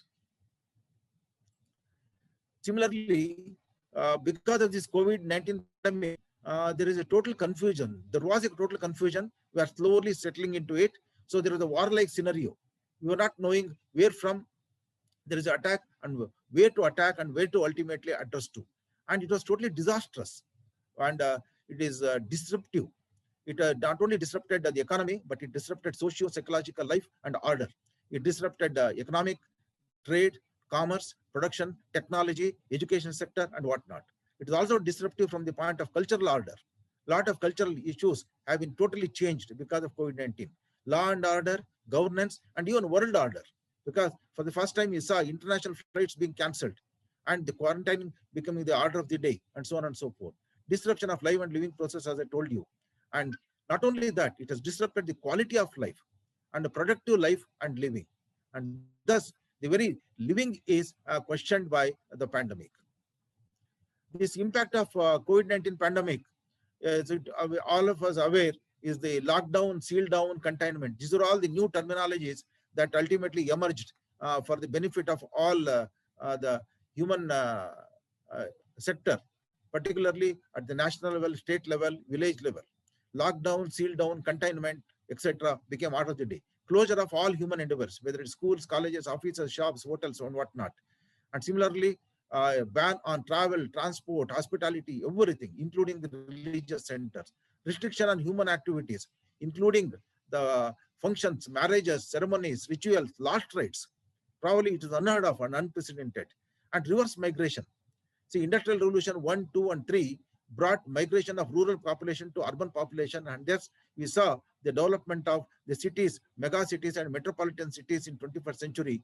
And you are thinking as to what will be the fate of these urban centers if this migration started taking place. But during this lockdown period, we saw very unprecedented reverse migration by walk, by car, by bicycle, by trains, private vehicles and whatnot. Unimaginable way of reverse migration started taking place. Even today, it has not come to a halt. We do not know what is going to come. Whether the reverse migration is going to be reverse migration or it's going to be a permanent entity, we do not know. Then loss of employment, daily earning and living, particularly affecting the marginal sections of society, daily wagers, laborers, household workers, and even those who are having the middle class income level. And all these aspects, particularly the COVID-19 pandemic, had overload on healthcare sector, agriculture sector, and horticulture. These are the three important aspects which are ultimately having the overload. And slowly and steadily, from March, April, May, June, July, August, we started settling down as to what could be the future of the pandemic. People thought that by September, it's going to come down, but it has not come down yet, but there is some control. Thus, after September, we have realized that we must face it, and the life must go on, and slowly we are returning to normal life, and the unlocking process in phases is on, but yet there was increase in the cases, there was increase in the mortality, but when compared to the world figures, India was lucky to have very least rate of what should I say, the mortality, though the infectivity rate was high. And there was a cautious approach. Even today, we are facing a cautious approach to combat COVID-19 pandemic vis-a-vis education, life, as well as the healthcare sector. And we have started learning to face the challenges. What are the challenges? The virus itself was a challenge. We never knew from where it has come. Is it a animal origin or from which particular place? What is the place of origin? Whether it is mutating, even today it's mutating. What its survival rate and other things, none of us knew. And its mode of spread also. Even today, there's a lot of controversy as to what is real spread. Though we say it's a droplet infection, but there are a lot of other theories as to what it could be. So the virus itself is a question. The disease itself, nobody knew. No textbook had any explanation as to what this disease is, what is its etiology, and what is its pathogenesis, what is its pathology, how it can be tested, and what are the clinical manifestations, what are the complications. Even after 6 to 8 months of this pandemic and international level of cases, we are still coming out with different clinical manifestations and complications. Then healthcare, diagnosis was a question mark, treatment was a question mark. Even today, there are questions in it. Then progression of the disease is a question mark. Prognosis is still a question mark. Morbidity is a question mark. Mortality is a question mark. Then health resources of the healthcare, from the point of health professions, healthcare workers, hospitals, wards, beds, ICUs, medicine, PPE, ambulances, facilities, BiPAC, oxygen supply, ventilators, basic communities and medicines. And for information, many of the hospitals started purchasing ventilators, BiPACs, etc. BiPAPs, sorry for the spelling, only after this particular pandemic. Similarly, epidemiology, we do not have vaccine. We don't know what are the preventive measures. We don't know what are the control measures. The only important control measure, as we say today, is wear the mask, maintain social distancing, and avoid crowding, and avoid traveling. And particularly for senior citizens and the young age group, we are telling not to move about. So everything is a question mark. Projection, there are a lot of projections that is going to come down or go up, but still the projections are either totally negative or totally positive, or we are not in a position to predict what could be the epidemiological status of this particular disease. Then policies and perspectives. As I told you, the government suddenly revoked its Disaster Management Act. Thus, it created law and order problem, demand and supply, particularly of food and medicine, travel restrictions, quarantine, isolation, lockdown, seal down, containment, and unlock in phases, and basic communities are a threat. If these are the challenges, the conflicts. The conflicts were between lawmakers and healthcare providers and professionals. Suddenly, everyone started realizing who has to ultimately bell the cat, whether it's the lawmaker or healthcare provider or professionals. So even today the conflict goes on. Health professionals versus healthcare workers and support. Who has to touch the patient? Who has to ultimately handle the patients? Who has to do everything? Thus, the conflict continues even today. Health science, health science workers, healthcare, and researchers and health professionals. Even today, every day we come out with a research paper, either negating or modifying or giving a new protocol. Health professionals are totally confused as far as the research trend is concerned. And government versus media, either an suppression or an exaggeration of the facts and the figures. Even today, this particular discussion go on. Then conflicts and protocols. This is where ultimately the health professionals are challenged. Whether to hospitalize or not. First we said immediately hospitalize. After few months we said no need to hospitalize. Now we say you can be at home also. In other words, within 6 to 7 months we have seen total change of protocols in terms of hospitalization, in terms of testing, in terms of quarantine, in terms of isolation, in terms of diagnosis, in terms of treatment and the medical medicine that is being used, the follow-up. Earlier, we used to say 14 days is required. Nowadays, we say within 7 days you can go. So many changes are there. Even discharge policy is undergoing seesaw change. Prevention and control policy is also undergoing seesaw change. Prophylaxis is still a tall order. We do not know when the vaccines are going to come. Research output, as I told you, there are a number of papers even at the international levels where some of the international journals of repute had to withdraw certain articles because of the plagiarism or the cooked up data. In other words, to that extent, there is a challenge even to the research and the publications. Family and community engagement is totally having a conflict as to what to do, what not to do. Then the final outcome of COVID-19 pandemic is not only all these aspects, but it's a dilemma in medical practice, healthcare sector, and medical health practices. It's at all levels and all spheres, particularly medical practice, healthcare sector, and medical ethical practices. Then what is medical ethics and why medical ethics? Already my seniors have covered all these aspects, but let me just give a bird's eye view. See, whenever we talk of a civilized society, an egalitarian society, the rights, duties come into picture, and do's and don'ts also come into picture. And ultimately, we look for the realization of these rights, duties, do's and don'ts. In other words, the code of conduct. And earlier they were natural, later on became constitutional, fundamental. Today we have gone for the human rights level. In other words, it is legal. So we can enforce these things through legal aspects. Then values. Every society from caveman to that of today modern man, Dr. Ved Prakash Mishra ji rightly said, from might is right to that of right is might. Right is the only might. We have come to a level because of one particular system called value system or societal systems, or through community systems, or through social and cultural ethos. So societal, community, social and cultural ethos cannot be forgotten as part of the medical ethics. Then the professional or the vocational ethics. Every profession has an ethics. So also is the medical profession, especially when you are dealing with human beings. Our students also are human beings. The patients are also human beings. The family with which we are attached to is also a human endeavor. In other words, health profession education and health care is one particular endeavor where human endeavor is of primary importance. And ultimately at the individual level, the moral level, the individual conscience play a very, very important role.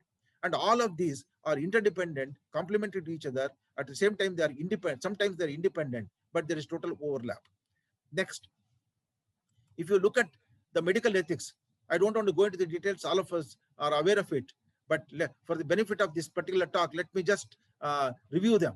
See, the first important component is autonomy.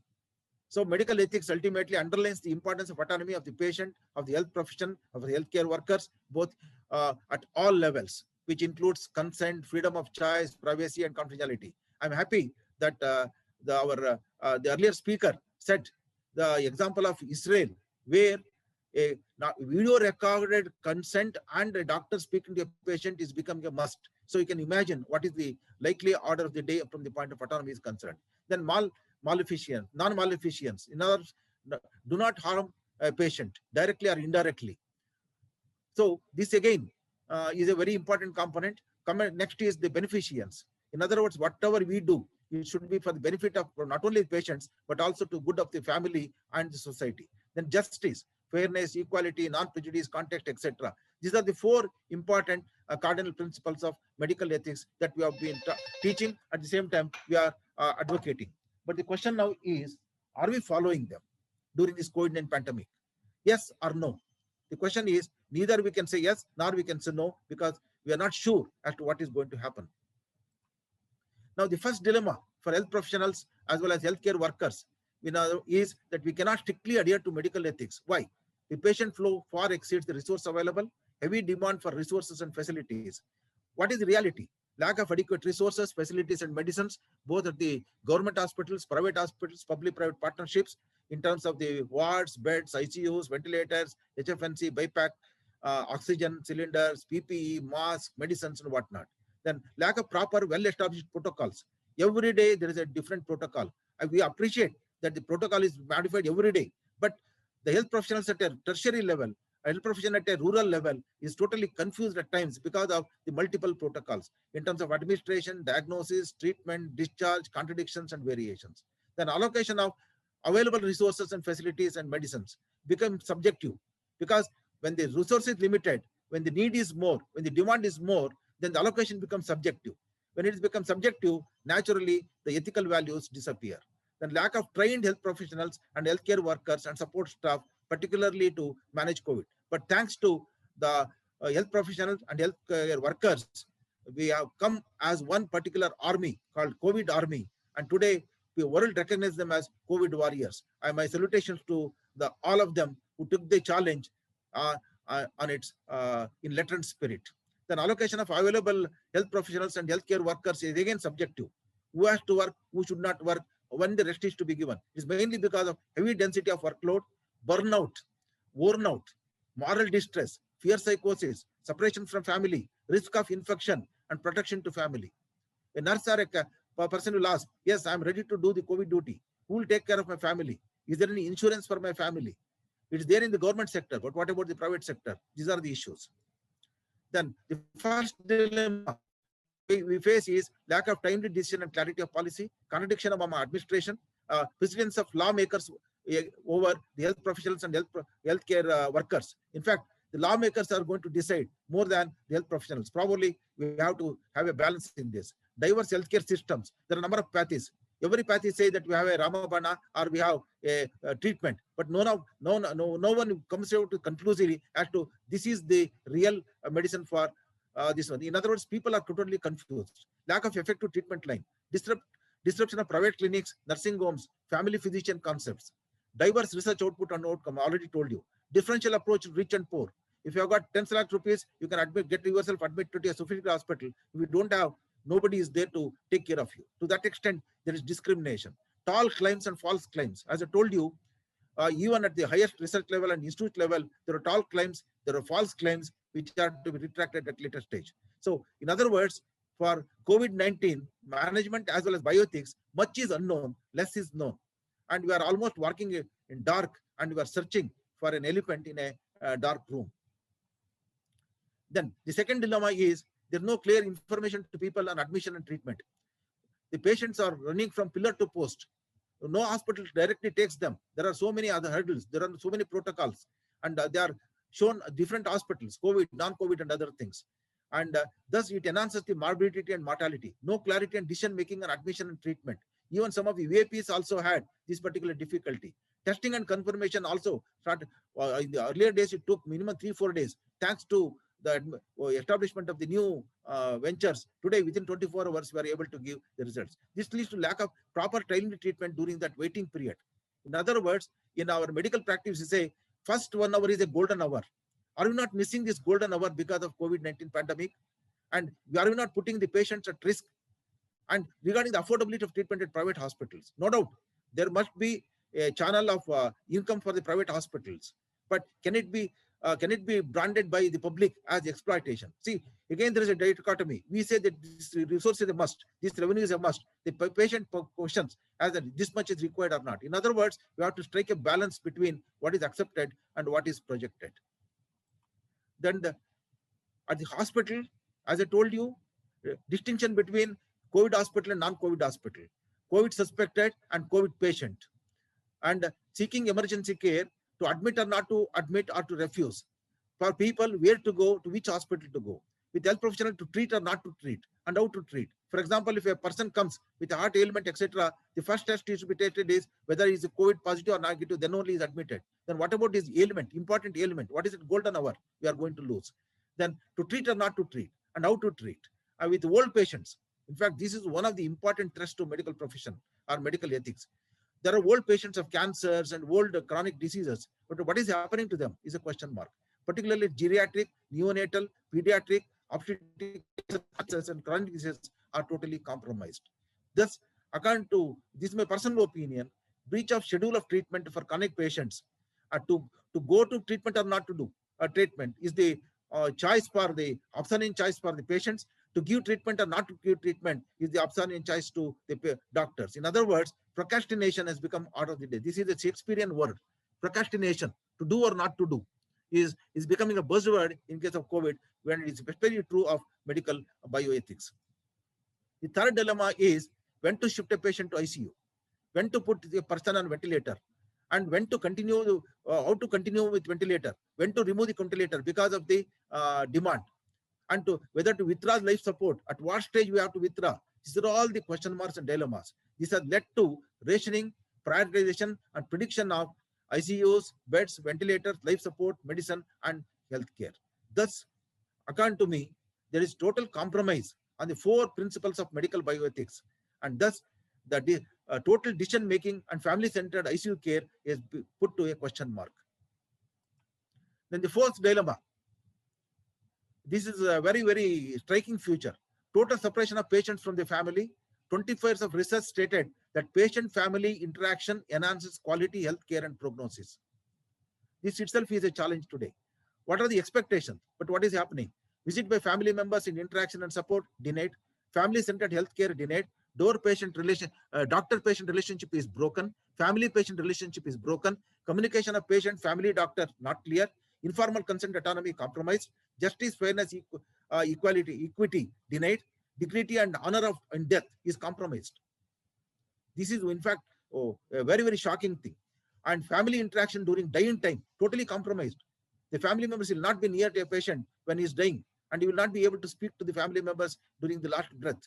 Communication of news of death to relatives also is compromised. Sometimes there are cases where after 3-4 hours, the families come to know because of these rigid protocols. Then dignity and honor in last rites is also compromised, whether it's the richest of the rich or poorest of the poor.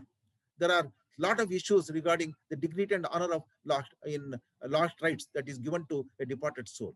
That's autonomy, beneficence, non-maleficence, and justice. All the 4 cardinal principles of medical ethics is compromised because of COVID-19 pandemic. That the question is, why the compromise?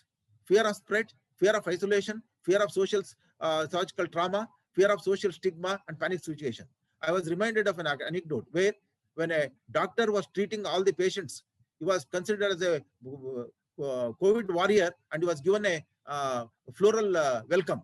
But when he became the patient, the first person, I mean, the entire members of the flats, they said he should not stay here. He should be taken out of the clinic, the flats and so on. In other words, social stigma, social trauma, not only the patient, doctors, as well as the family, is really costing too much.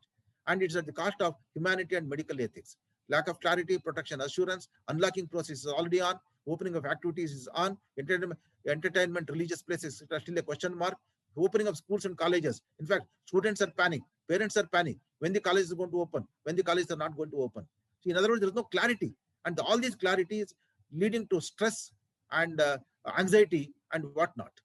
Then possibilities, increasing cases, community spread, need for increasing healthcare facilities, need for medicine, food and availability, etc.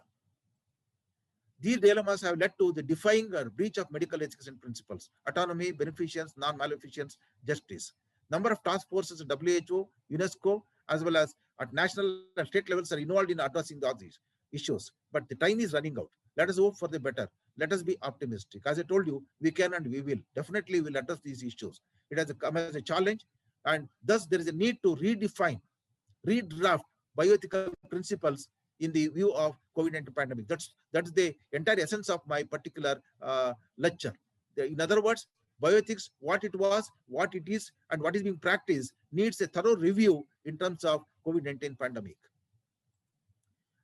Emergence of new protocols now naturally are coming up. Naturally, you have to follow them for isolation, treatment, rehabilitation, quarantine, promotion of health, and preventive measures on monthly, weekly basis, sometimes on daily basis. Then there is a need for remodeling of world order, living philosophy, luxury or living is a question mark, purpose of living, service to humanity, question mark, meaning of life, live and let live. It should be the order of the day. Addressing psychological aspects, stress, anxiety, depression, complexity, pessimisms, enhancement of and augmentation of healthcare. Then we will overcome corona or live with it, no doubt. But slow but definite revival is possible. Let us be optimistic. We should give importance to the thrust for minimum spending and maximum savings and maximum good human relationship. Thus, we need the support of government, NGOs, and global agencies, as well as the private public partners, as well as at the community level.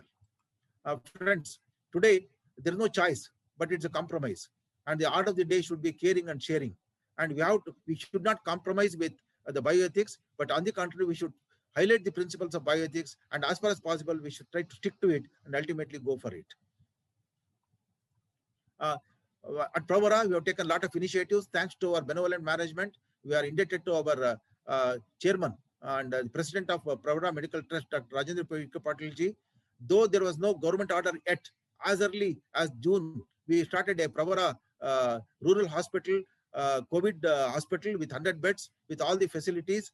And so far we are able to treat. Then the government considered our hospital as a non-COVID hospital. So the Pravara COVID hospital continued to serve the rural areas, and everything is free.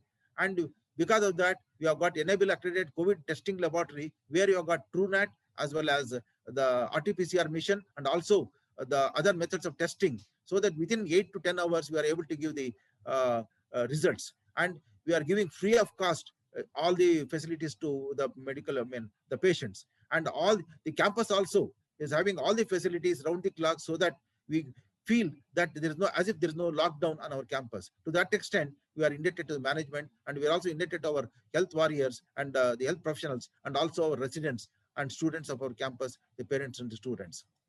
And friends, I would like to conclude by showing this particular picture. I'm depicting two particular photographs which came in my WhatsApp. One was from a tribal area, where by realizing the importance of wearing a mask and so on, you can see tribal people covering their face and the nose with the help of the leaves. This is where we have to reach. This is an area of concern. We are yet to reach out to them. If a second photograph shows that the boy doesn't mean, it doesn't mind becoming a naked person, but he's protecting himself through a mask. In other words, these are the two photographs which has really stirred my conscience. Where exactly we should reach them. And there is a ray of hope, and things are improving. I'm sure the health professional on one side, the health education is on the other side, and the governance on the third side ultimately converge together with 3 PPP models to ensure that during COVID, best of the healthcare is given to the patients. At the same time, there is no compromise on medical bioethics. Looking forward for emergence of redefined, well-defined biomedical practices for days to come. I thank the organizers for this particular opportunity. Thank you very much.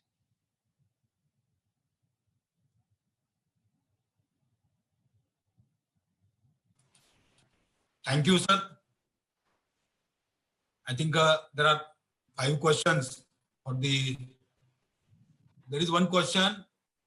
I think I request Vankadekar sir to answer that question. Bioethics and medical ethics should be an integral part of a doctor's life. Dealing with dilemma should be taught by experienced seniors. That question is asked by Neha Mehta from Mumbai. Yes, extremely true. And we entirely concur with the view expressed by Neha. And that is why right from the medical education stage to the practicing stage, we are trying to reach out to everyone through the IMA bioethics program, so that the ethical issues and the ethical dilemmas, especially the current dilemmas which keep on coming, Today, we all are worldwide discussing the ethical dilemma regarding euthanasia or physician-assisted suicide. Now, there is a worldwide debate on that particular issue. Assisted reproductive technology, surrogacy, end-of-life issues. All these current ethical dilemmas have to reach to each and every practicing physician.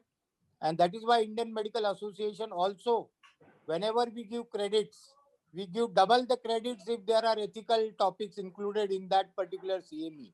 And I am sure that Maharashtra Medical Council and other state medical councils will also follow this pattern of giving double credit hours to topics where ethics are discussed. Thank you. I think there is one more question. I think I request Jara sir to answer that question.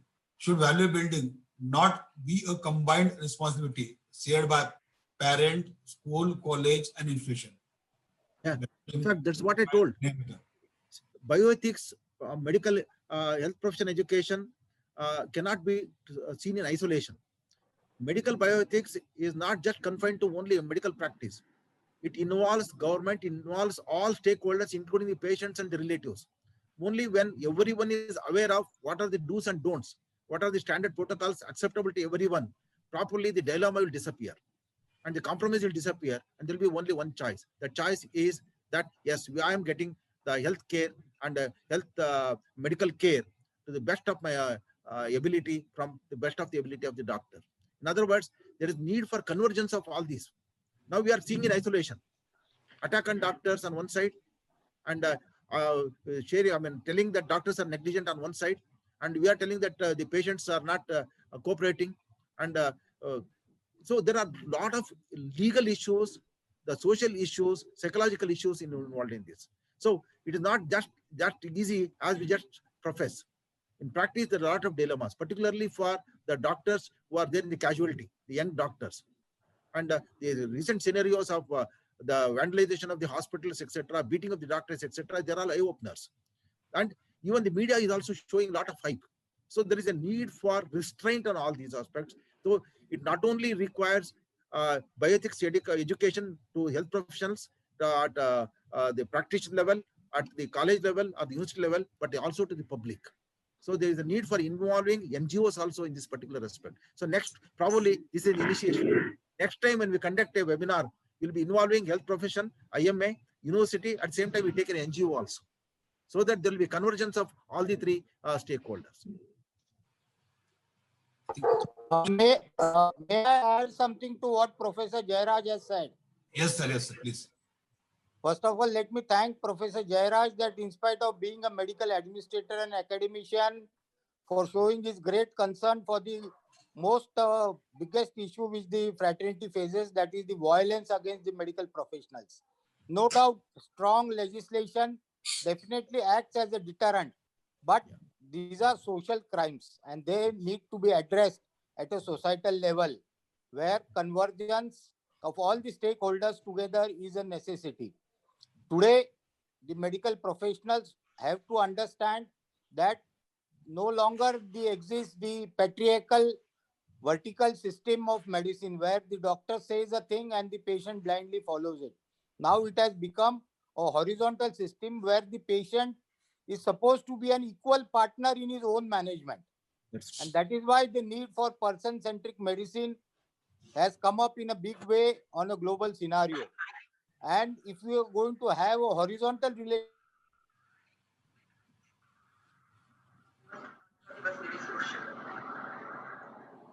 I think cornerstone becomes ethics, I am sure the incidences of violence will automatically decrease. And important aspect, the patient also has to understand the limitations of the medical science, yes, the limitations of the doctors in treating in given circumstances, and that medicine is not still a perfect science. It has its own limitations. Whatever we see on the internet. Thank you, sir. Thank you, sir. There is one more question. I think that will be the last question. That question is asked by Megha. Patient and doctor and all health professionals need proper counseling and support by government and respective hospital and institution so as to give their best and still strong, maintaining their own family health and their work same times. I think I request Jara sir. In fact, the question has the answer itself. I'm happy that the candidate, the delegate has given the answer itself. It's a very good answer. As I told you, there is a need for convergence of not only the health professionals on one side, the educational sector on the other side, the non-government NGOs on the other one, but she has added a fourth dimension that is called the government also. In other words, we should all sit together and say do's and don'ts, and we should know the limitations and the same expectations. So whenever the limitations and expectations match, there is no violence. Whenever the expectations are more and limitations are less, limitations are more and the expectations are more, then there will be a clash. So particularly when there are conflicts, the conflicts are going to increase. So COVID has taught us a lesson that there is a need for educating people on the importance of health profession education, health practice, at the same time the ethics. So naturally, convergence is required. I fully agree with it. Thank you. Thank you for all the speaker, Dr. Ved Prakash Mishra sir, Dr. Vankade. Can I, if Chairman sir permits, can I ask one last question? Yes. Yes. This question is to Dr. Bonwe sir, although he has opted out from this panelist, but he is still a panelist for us. Bonwe sir, are you there? You can go ahead and ask the question. Even if Avinash is not there, I will try to answer. Yes, sir. Yes, sir. So the question is how to deal with the ethical dilemma of the gap in the healthcare between rich and poor.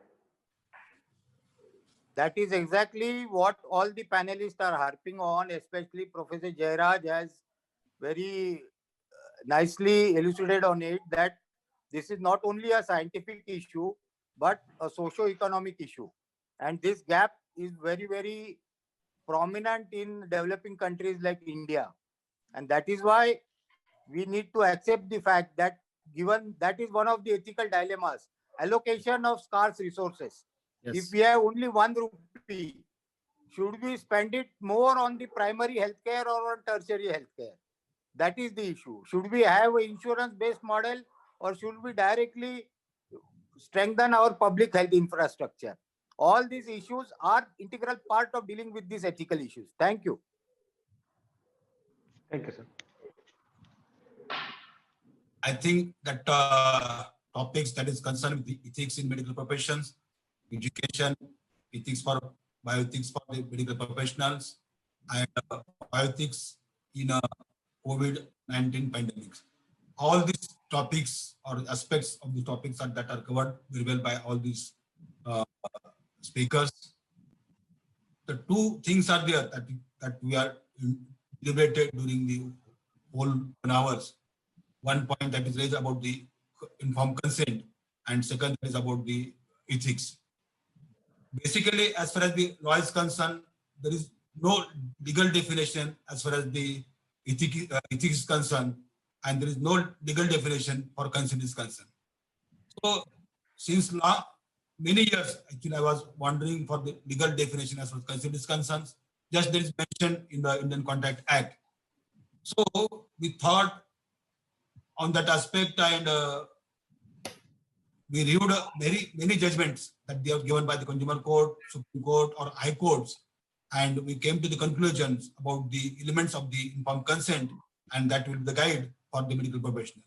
Second, as far as ethics is concerned, also there is no legal definition of the ethics.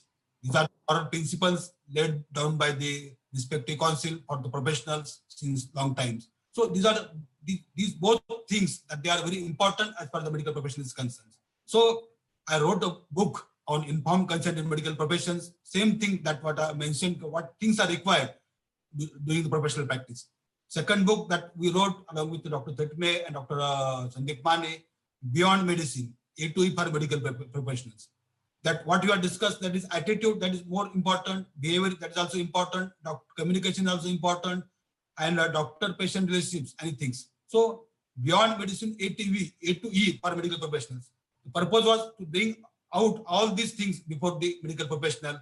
And again, one more book that we are trying to write, that is mostly at the stage of completion, Being Patient, being patient, A to E for patient and relatives. So just someone mentioned that ethics, there is mentioned, it should be that for patient also. So same book, that is on same parameters, that is being patient, A to E for patient and relative. That book that mostly that will come in 15 days for all of us. And the 5 chapter, that is A, attitude, analysis and assessment for the patient's attitude. Second, behavior, that is a modification that is required on the part of patient. Third, that is communication, that is trust building on the part of patient, that is important. Fourth, that is the doctor-patient relationship. That is because when we think about the behavior of the patient, trust is most important, because now the parameters, that is the trust development between the doctor and patient, that is also important. And ethics for patient, not only for the medical professional, ethics for society. So as far as the ethics is concerned, generally 2 aspects are there: ethics for professionals, medical ethics for professionals, and ethics or moral values for the society, that we have covered in the chapter 5. And I think that what there is mentioned, that is it is not only that we can make aware the medical professionals, but there is a need to make that awareness amongst the society, among the population. Then only that conflicts or the assault on the medical professionals, that conflict can be avoided. I think time is over. I am again thankful to all the speakers for giving excellent speech on all the concerned topics, and I am thankful to the organizer for giving me an opportunity to chair this session. Thank you. Thank you, Honorable Dr. K.D. Chavan, sir, for chairing the session. And I officially place on record the appreciation and thanks towards our panelists, Dr. Ved Prakash Mishra, sir, Dr. Ravi Wankhedkar, sir, Dr. Y.M. Jaira, sir, for delivering wonderful lectures and enlightening us on various components of ethics. I hope this collaboration will go a long way between the academicians and the clinical practitioners, and it will really help us in delivering a healthcare beyond the expectations. Thank you very much for all the speakers for the first session. So here we come to the end of the first session. I request all the delegates and all the panelists to join right at 2:15 in the afternoon session. So we'll be having 4 lectures in the afternoon session. One will be on the doctor-patient relationship, which will be by Dr. Jailal, sir. Then bioethics in clinical practice by Dr. Motilal Tade, sir. Bioethics importance in clinical practice by Dr. Gokul Zolekar, sir. And digitalizing medical records and its importance by Mr. Dipen Mehta, sir. So I request everyone to log in right at 2:15 so we can start at 2:30 sharp. Thank you very much.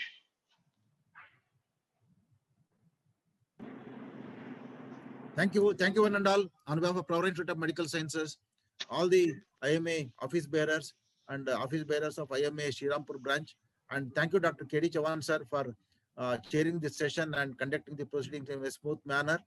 I also thank Dr. Ved Prakash Mishra ji, our Honorable Dr. Rajendra Patel, sir, and also all the resource persons. And I thank Dr. Chitme for having conducted these particular proceedings as a master of ceremony in a very fitting manner.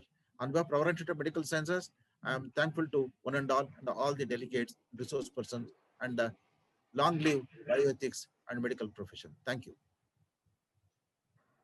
Yeah, thank you, sir. So I now declare the first session is over, and we'll start the second session right at 2:30 sharp. Thank you. And welcome back to the second session of National Webinar on Importance of Bioethics in Medical Education and Clinical Practice. Friends, we had a wonderful session in the morning with 3 really fantastic lectures by some eminent personalities, and we have 4 more to go in the afternoon session. So for this session, I welcome Dr. Dinesh Thakre, sir, who will be chairing the session. Then I welcome Dr. J. Jailal, our first speaker, then Dr. Motilal Tade, our second speaker, Dr. Gokul Zolekar, our third speaker for today, session second, Dr. Dipen Mehta, who is COO of the DigiShield, and he'll be also delivering one lecture. So I welcome all of you. I also welcome the participants who have joined from across the country, and we have over 150 participants right now. So we are expecting more to join. So by the time others join, I'll request Dr. Dinesh Thakre, sir, to conduct the session. Before he starts, I'll just introduce Dr. Dinesh Thakre sir. Dr. Dinesh Thakre sir is a member of steering committee, World Medical Association, and he is also member of IMA Hospital Boards of India HQs, and he is also master trainer in NABH pre-accreditation entry-level standards of hospital. So I request Dr. Thakre sir to take over the session and conduct the proceedings. Thank you, sir. It is nice to see the things going on bioethics. I am also a student of UNESCO bioethics course. Recently, I have completed a certification in the UNESCO bioethics. And probably the people working in Pravara, in the bioethics department, must be knowing about the UNESCO bioethics course. If not, I request them to definitely join that course and have very purposeful insights. So to start with today's session, it is second session of today's webinar. The first speaker was supposed to be Dr. Jailal sir, but I think he has not joined. So may I start with Dr. Tade sir? Dr. Tade sir, are you ready? Yes, sir. Yes, I'm yes. ready, sir. Yeah. So thank you, sir, to introduce Dr. Tade. He is working as an associate professor in Department of Physiology at Pravara Institute of Medical Sciences, Luni. He is actively working as Secretary PIMS University Bioethics Unit. He completed his MBBS from BJ Government Medical College, Pune, and MD in Physiology from Pravara Institute of Medical Sciences. He is an author of the bestseller book, Textbook for Medical Bioethics, Attitude and Communication. The first textbook from India, it is released by CBS Publishers for medical students and professionals based on IMSA guidelines. He is also working as faculty, researcher, active contributor in medical bioethics since last 10 years. He has published more than 50 national and international publications in medical physiology, medical education, and medical bioethics. Today he will be talking on bioethics in clinical practice. So over to Dr. Tade sir. Thank you, sir. I just say to good afternoon to all of you, all the honorary members, participants, and the delegates of this workshop. I just especially thankful to Indian Medical Association, Maharashtra State, host IME branch, Sriampur, and our management, Pravara Institute of Medical Sciences. The topic allotted to me for this session, bioethics in clinical practice. The content of my lecture is, I will just discuss with you the theoretical framework of bioethics applicable in daily clinical practice. Objectives of my session is to understand the need of bioethics in clinical practice and framework of bioethics in theoretical way. Ethics, the discipline about moral or philosophy on moral, that is ethics. When we say moral, it is a system of norms or rules, written or not, about human behavior. Basically, the ethics is a philosophical discipline about moral problems, deals with art of living. Then question to us as a doctors is, what is ethics? The formal study of what is right and wrong. It is the study of basis or principles of deciding right and wrong. It is the analysis of the process by which we decide what is right and wrong is ethics. When we confuse with the research, ethics is not just merely obeying the law or compliance. Although in many instances, laws are statements of considered ethical positions, and most of the time, obeying the law is an element of ethical behavior. When we see the traditional arrangement of the field of ethics, it is classified into 3 types: meta-ethics, normative ethics, and applied ethics. Metaethics, the nature of right or good, nature and justification of ethical issues. When we say the normative ethics, standards, principles that are applied for us, and applied ethics, actual applications of ethical principles, particular situation, that is applied ethics. That means, in conclusion, the traditional arrangements of the field of ethics is based on these three types of framework: meta-ethics, normative ethics, and applied ethics. When concern us as a doctor, medical ethics, it is a field of applied ethics, the study of moral values and judgments as they apply to medicine. As a scholarly discipline, medical ethics encompasses its practical application in clinical setting as well as work on its history, philosophy, theology, sociology, and anthropology. Today, in this session, I'll just brief outline on this theoretical framework of these ethical aspects. Why this ethics is need to us, why we should learn ethics, why and how by the education, by the stepwise, how we can incorporate ethics in our practices and make it more as a humanistic, our practices, and be as a God business. When we see the medical ethics, basically the medical ethics has a long history. Medical ethics are applied since long, not today just. When you see the history, Hippocratic oaths, third dynasty from Egypt, Vaidya oath from India, advice to physician from Persia, Ming dynasty from China. That means worldwide, the components or remnants of ethics are observed since long ago. But when you see in today's modern practice of allopathy, there are a number of issues, that modern issues and statements that found a need for ethics. Nuremberg Code, Declaration of Geneva, World Medical Association of International Code of Medical Ethics, AMA revision, Declaration of Helsinki, Bellman Report, AMA revision. That means number of references in the theoretical aspect are already encountered in our modern practices. Then the question is, why study medical ethics? Why we sensitizing this aspect in today's practices?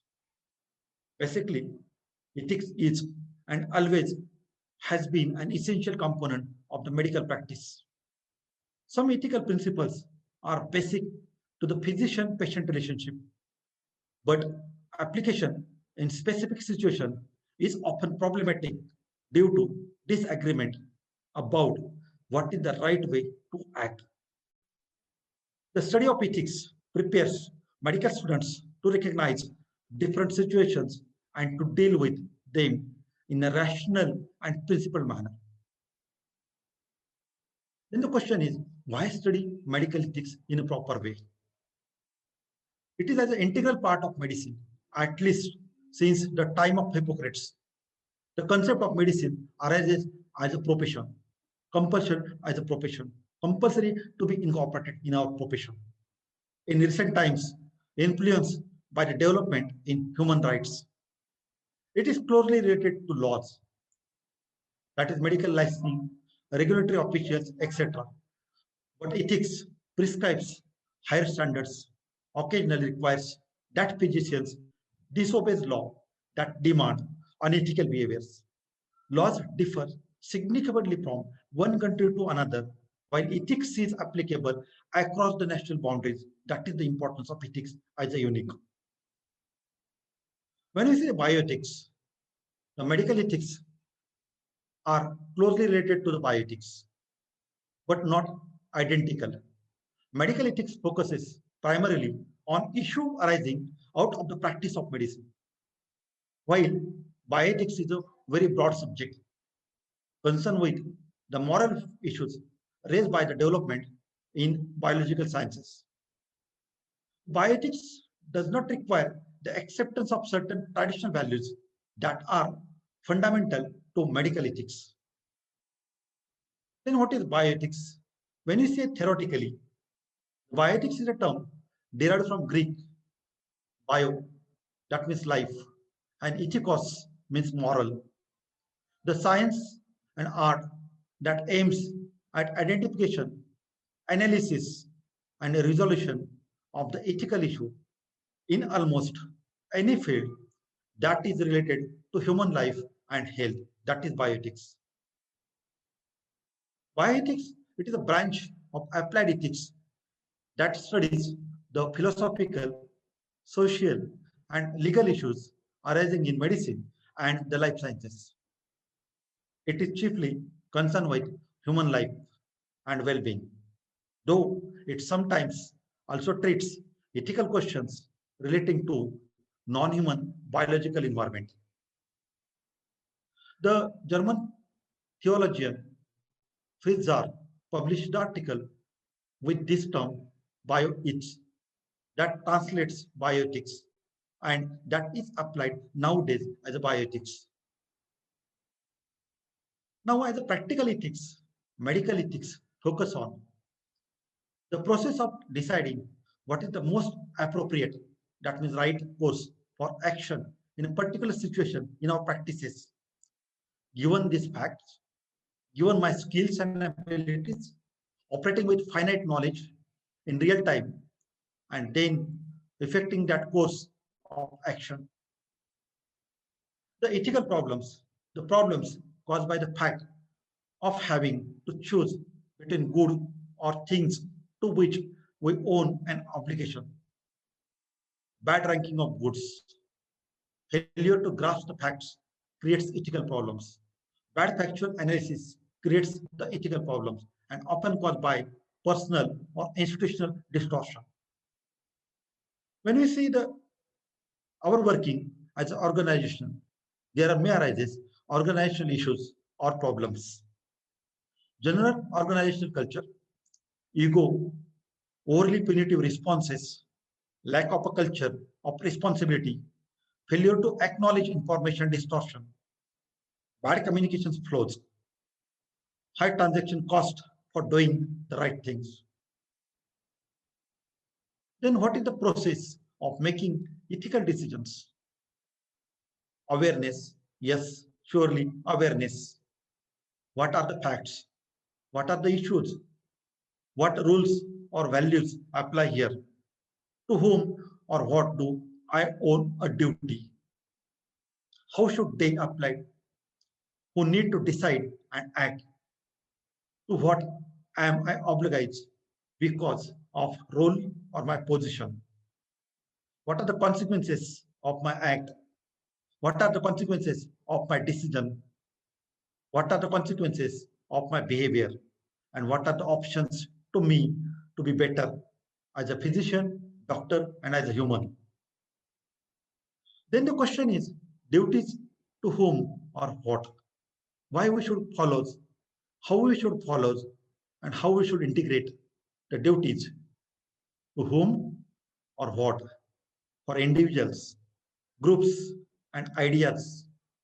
These are the three groups that we should consider while sensitizing this subject, sensitizing ethics in our practices.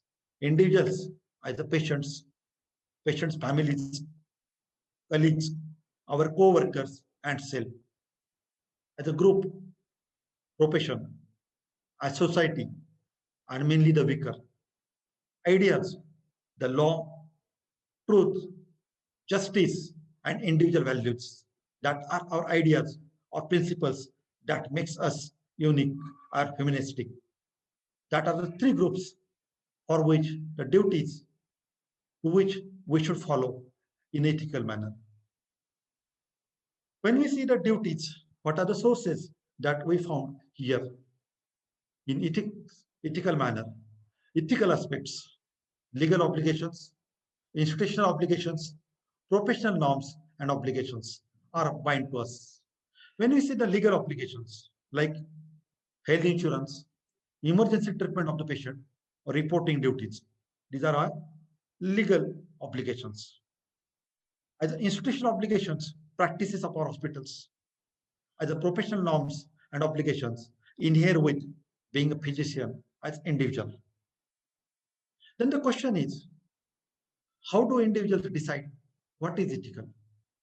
This is the basic framework that we should cope with understanding, with learning, with reading, with sensitizing these aspects of clinical ethics.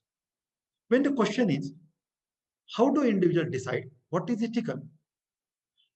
Basically, there are two different ways of approaching ethical issues, rational way and non-rational ways.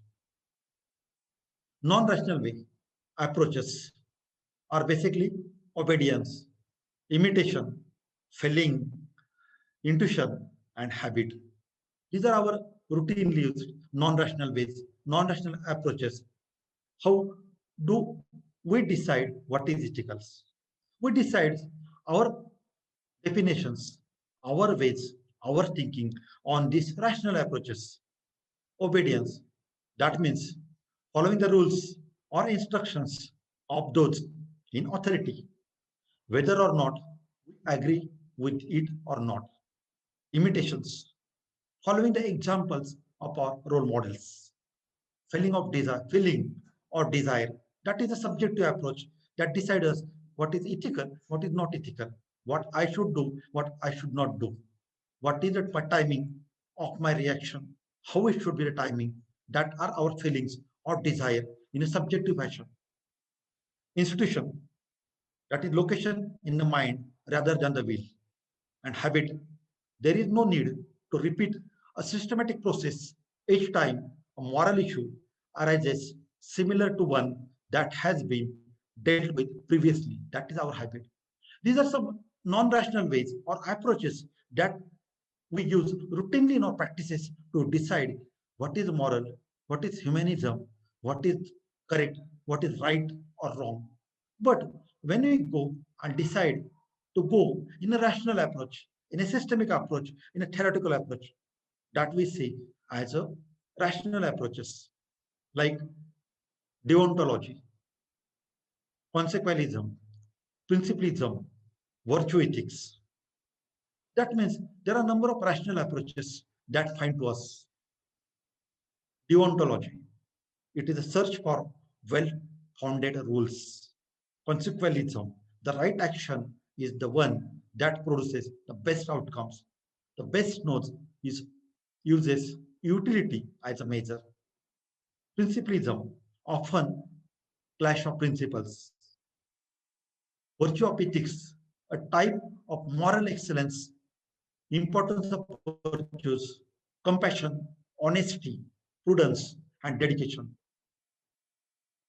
When we see the framework of ethical decision making in our clinical practice, this theoretical framework is based on four-step process. Problem solving, we can utilize as a process. First one, problem identification. We should identify the problem. Second, the develop alternative course actions. Third, select one alternative course for that action. And fourth, consider objection to alternative selected. When you see this 4-point framework, as I just sensitized with you, as I initiate or opening of this bioethics. When you see this 4-step framework of problem solving in our clinical practice, the problem identification, that means we identify the problem of which category it leads. Either it is technical, either it is moral, legal, or relevant to human being, etc. We develop alternative courses action, that is identify relevant ethical principles for each alternative. What is happened? What are the alternatives for it? Third, we select one alternative course of action that justify the selection of your alternative, defend your selection upon the ethical grounds. And fourth, consider objections to alternative selected, the objections arising from factual errors, faulty reasoning, conflicting values from it. When we see the framework for ethical decision making in practice. First, determine whether the issue at hand is an ethical one. Second, consult authority sources to see how physicians generally deal with such issues. Consider alternative solutions. Discuss your proposed solutions with those whom it will affect. Make your decision and act on it, and evaluate your decision and be prepared to act differently in future. When we see the factors in ethical decision making in healthcare, there are basically three factors: ethical theories, ethical principles, and ethical rules. When we see the ethical maxim or ethical principles, general guidelines that cite what is forbidden, desirable, or permissible, often based for the rules. Here, for us, the ethical maxim or principle are based on four facts: respecting autonomy, doing no harm, that is non-maleficence, benefiting others, that means beneficence, and being justice by our every act. These are the four pillars: respecting autonomy, non-malice, beneficence, and justice, and being faithful. These are the basic ethical maxims I would like to share as a theoretical point of view. When we see the ethical rules or codes, the manners developed by professional organization, these are known as structure of codes. These are regulative, these are protective, these are specific, and these are obliged. These are the four structure of codes or norms or rules that we set for the ethics. When we see the professional codes as a framework for decision making, over centuries, medical profession has developed its own standard of behavior for its members, expressing codes of ethics and related policy documents. At global level, like UN Principles of Medical Ethics, WMA rules, regulations, ethical directives of medical associations are general in nature. But in making decisions, it is helpful to know what other physicians would do in similar situations. When we see the ethics dilemma, in morning session, our speakers discuss this ethics dilemma as an important landmark for discussion, for thinking in a great way. When we see in theoretically this ethics dilemma, ethics covers the dilemmas: how to live a good life. That is our basic question. Our rights and responsibilities, the language of right and wrong, and moral decisions, what is good and bad. This ethics covers these dilemmas in these aspects with these objectives. When we see the basic principles or pillars of medical ethics, as the pillars, as we should incorporating these ethics in our practices, we should respect for our every patient, that is patient, respect his autonomy. We should respect the patient and his autonomy, not inflicting harm to our patients. A positive duty to contribute to the welfare of a patient, that is beneficence, and justice or fair treatment of patients, that is justice. Now the second question is that I would like to highlight here in this session. We use these four terms: professional ethics, medical ethics, bioethics, and clinical ethics. Basically, when we see these terms, professional ethics, medical ethics, bioethics, and clinical ethics, basically on front, they look synonymous. But when we deal with them individually, professional ethics are standards of conduct that apply to people who occupy a professional occupation or role, that are professional ethics.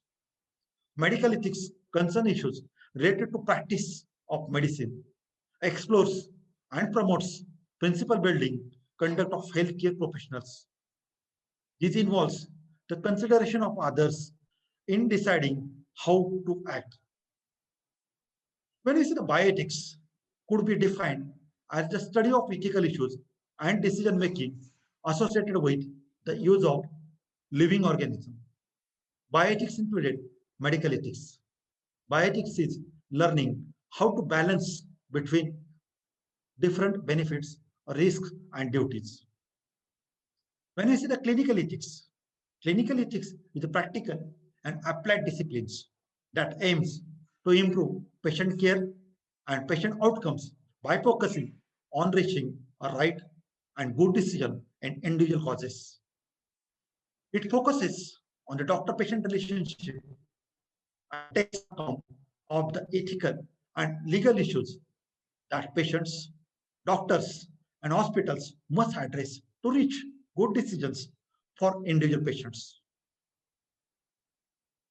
When we see the recognized obligations and values of professional physicians that are altruism, accountability, excellence, duty, honor, integrity, and respect for others.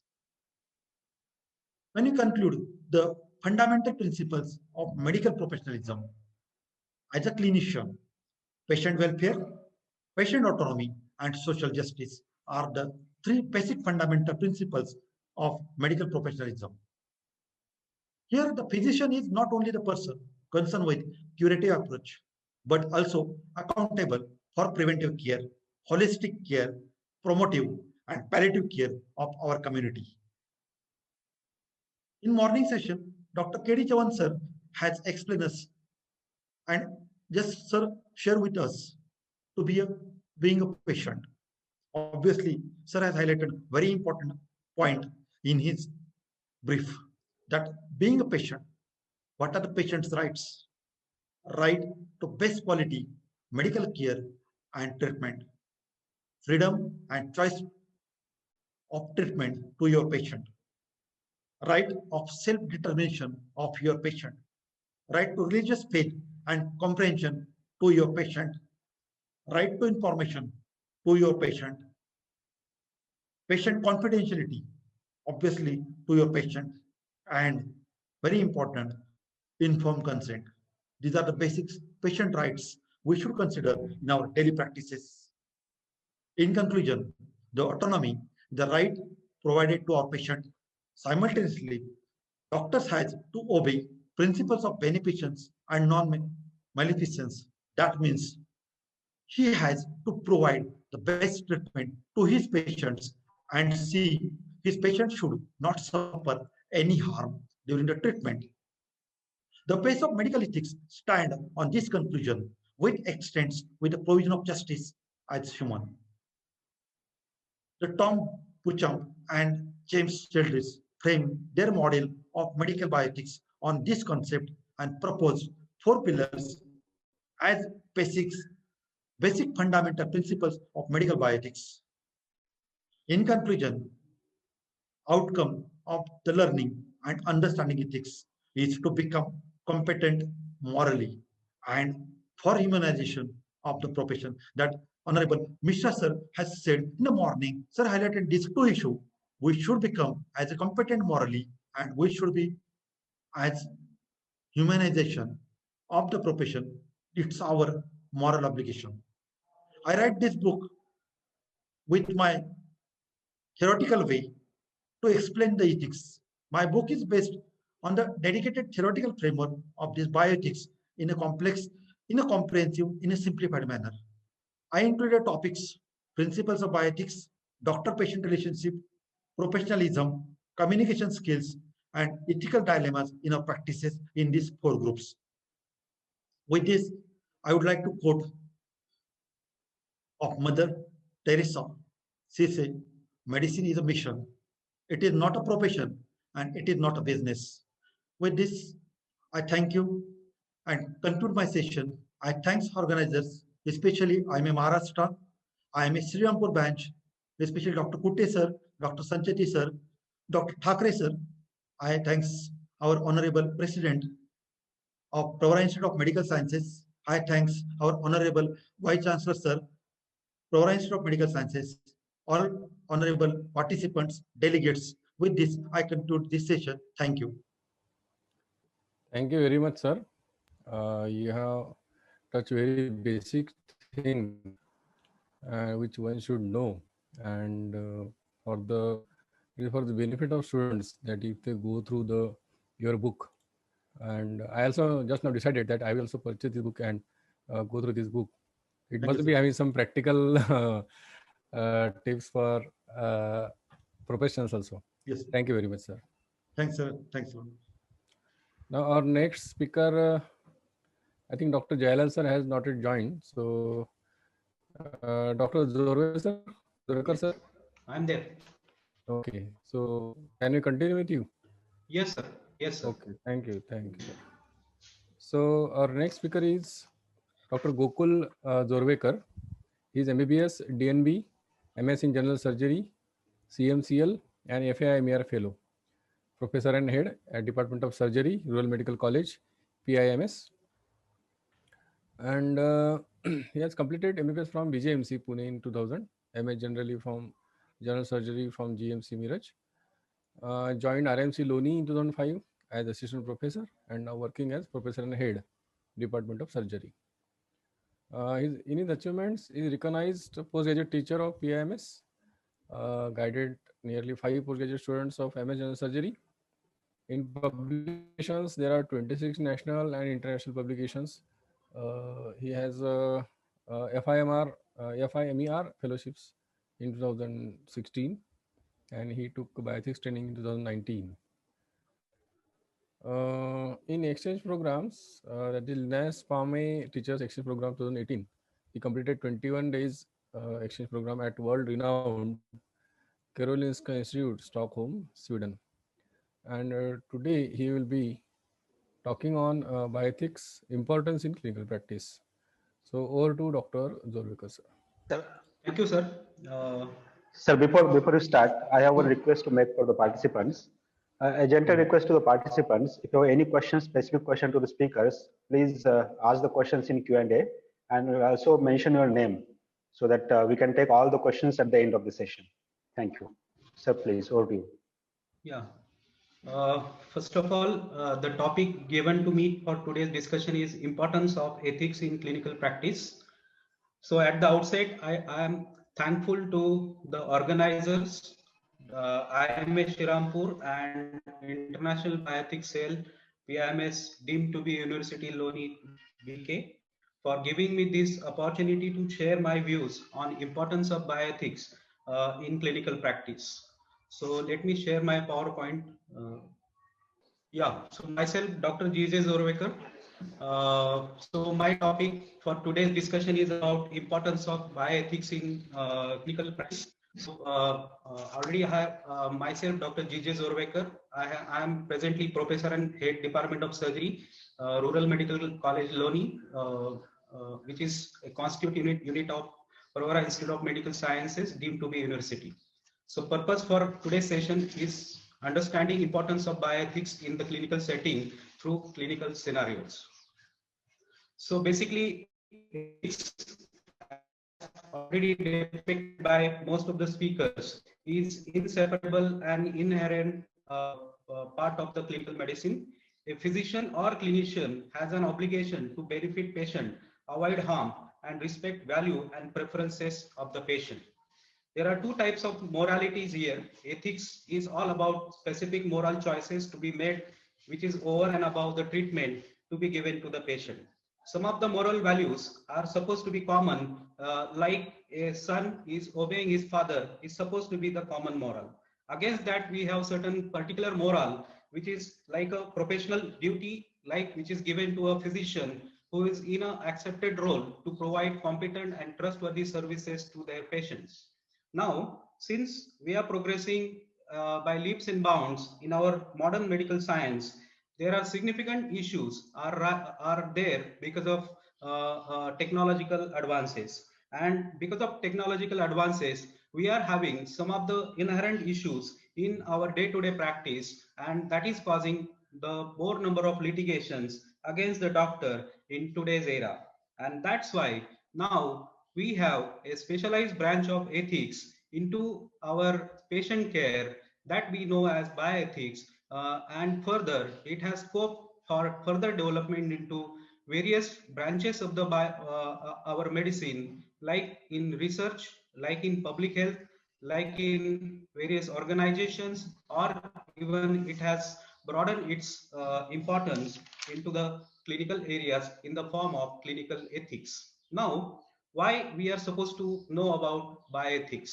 It is again the responsibility of the practicing physicians to make conscious decisions about the treatment to be given to their patients. Patient care is to be managed by physicians in various settings.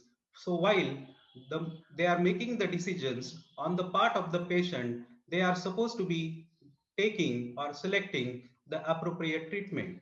Most of the time, a physician has to select the proper intervention modality, like in the form of surgery or in the form of some of the medicines which are to be given for their patient benefit.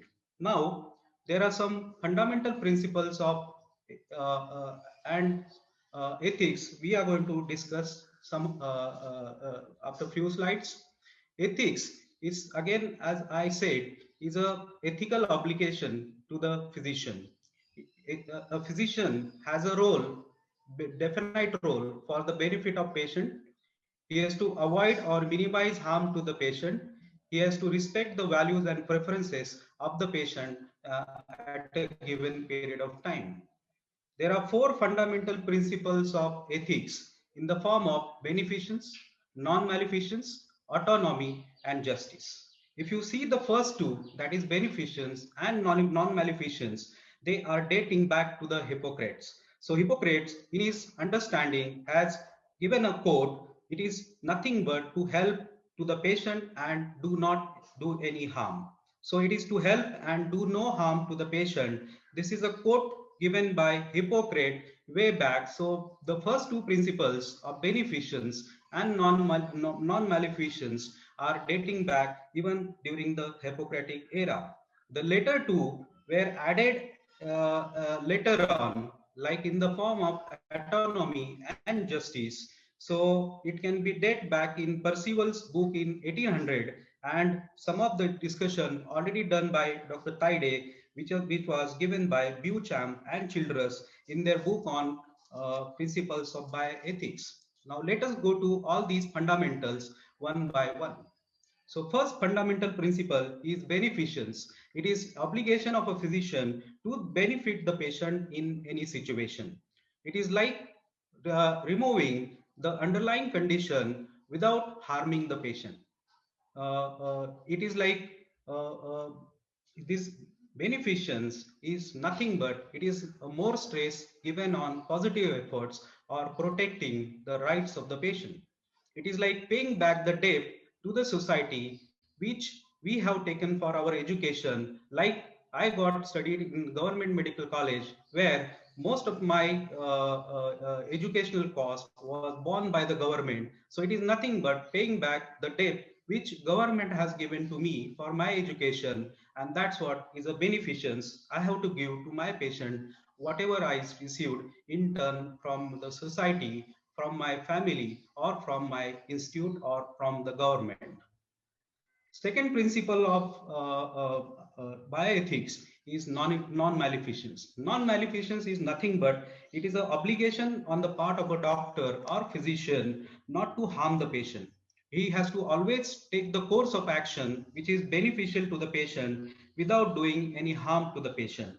Like we can take it can be simply explained as not to kill someone, not to cause pain, not to incapacitate someone. It is obligation to choose the best course of action for patient. Important decisions which in day-to-day life are some of the important issues are end-to-life decisions, where a physician is supposed to either continue with the life support, or he is supposed to discontinue the life support. It is like controlling the symptoms of the patient, like control of pain, control, giving nutrition, giving resuscitation. So these are obligations to the physician or clinician, and it is to reduce the suffering of the patient sometimes, which is overriding the side effect in a given situation. So that is what is non-maleficence.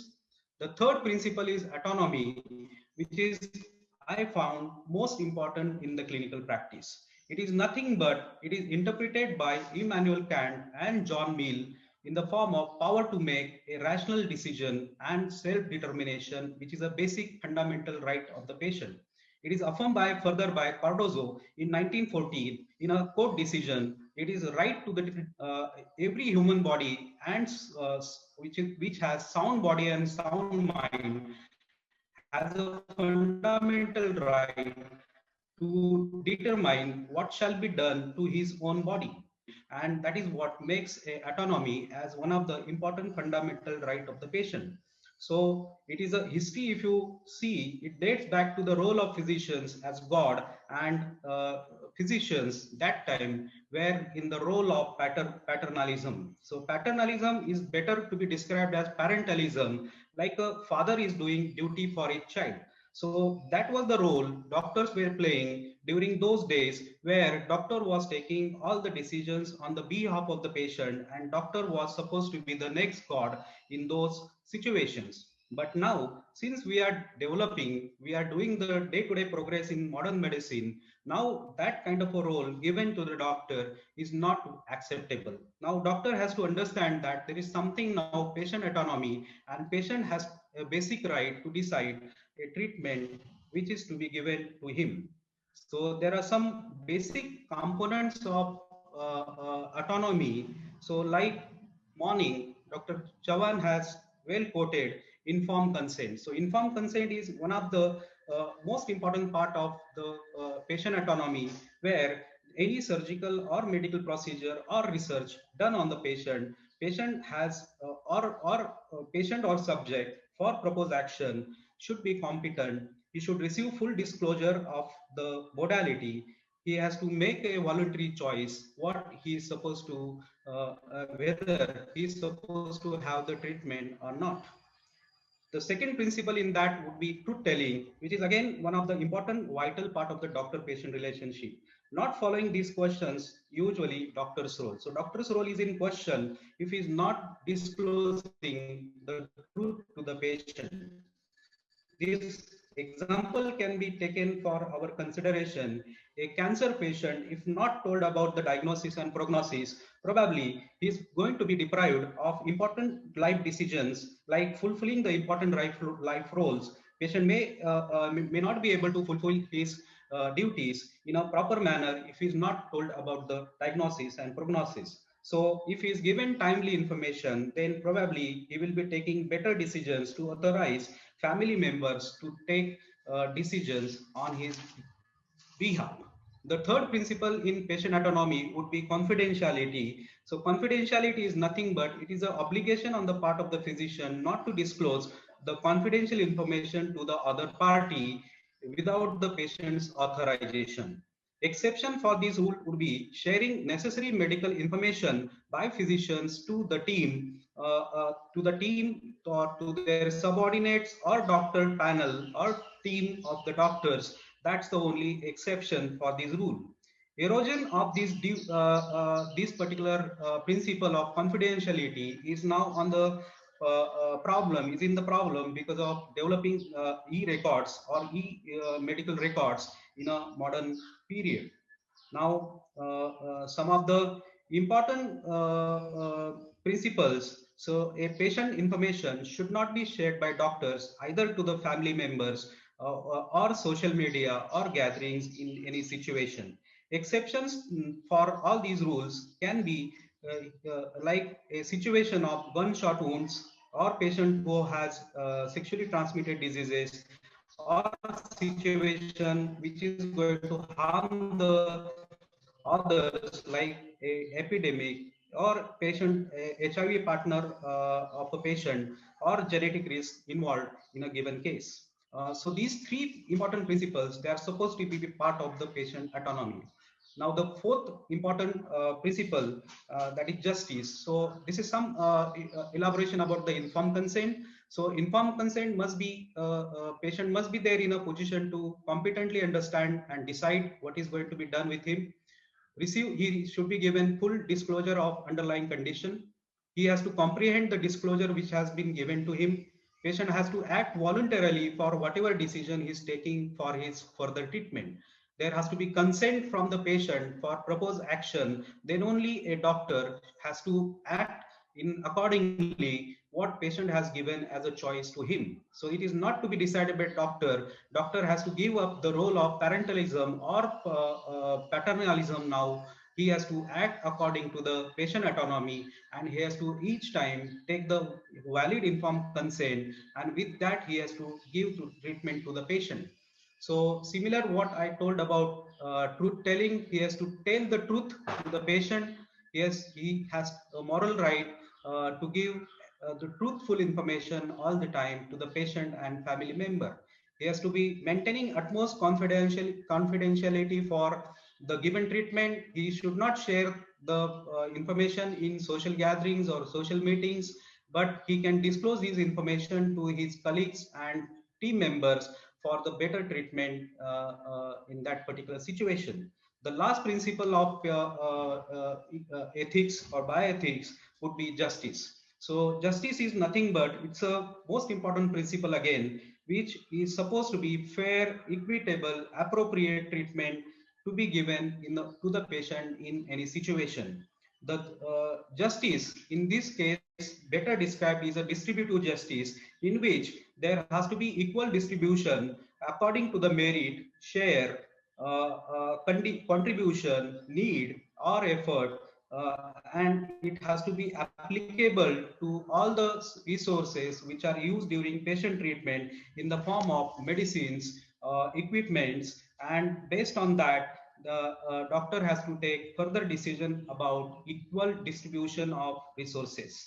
So likewise, one of the example I can quote here, a doctor who's prescribing medicines has to go for the cheaper alternatives when there are expensive alternatives are available. So giving cheaper medicines of same standard would be a better idea than giving expensive medicines to the patient.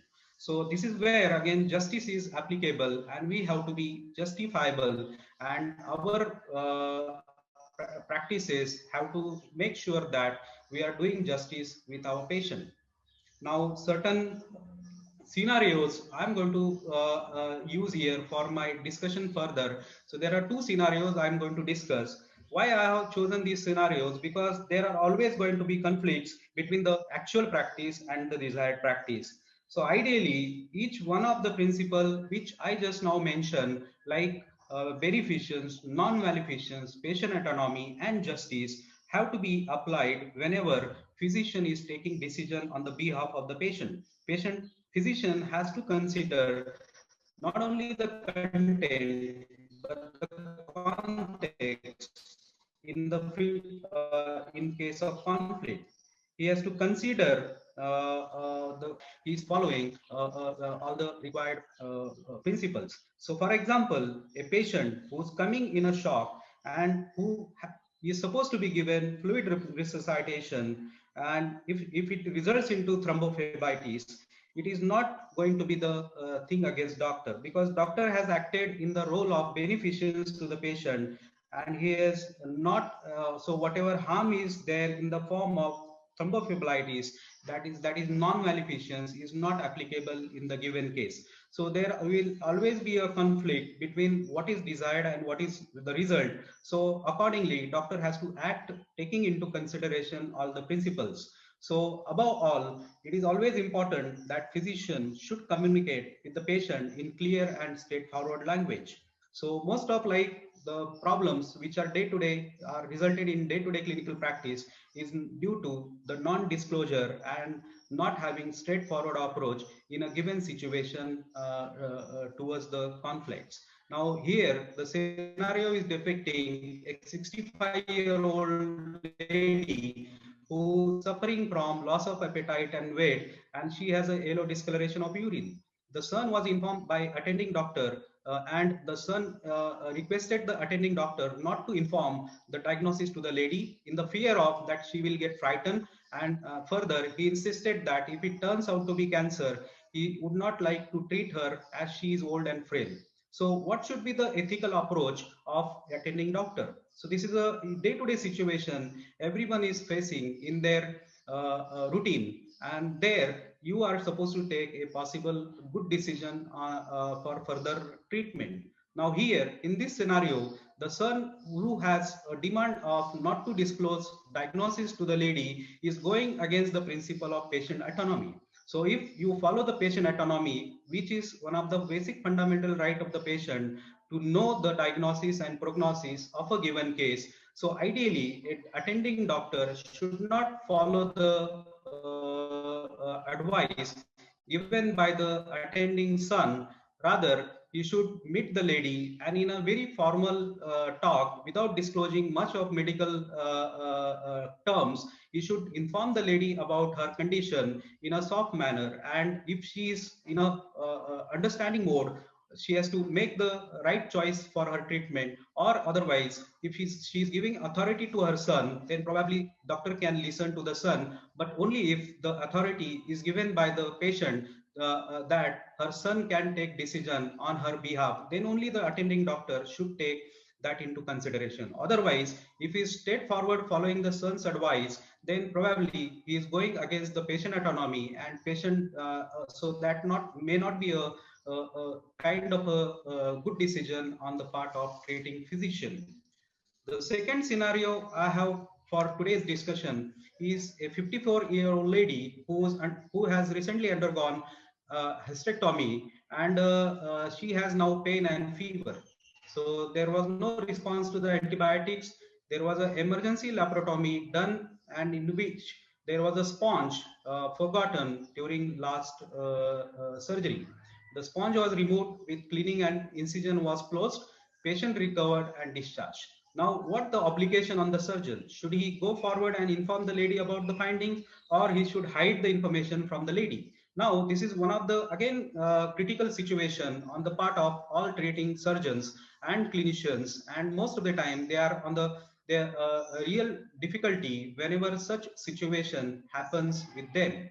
Now, most of the federal laws have given this situation in a very clear wordings, that in such a situation, the treating surgeon has to disclose the information to the patient in a very straightforward manner, and that needs to be informed to the patient, and that information should not be hidden from the patient.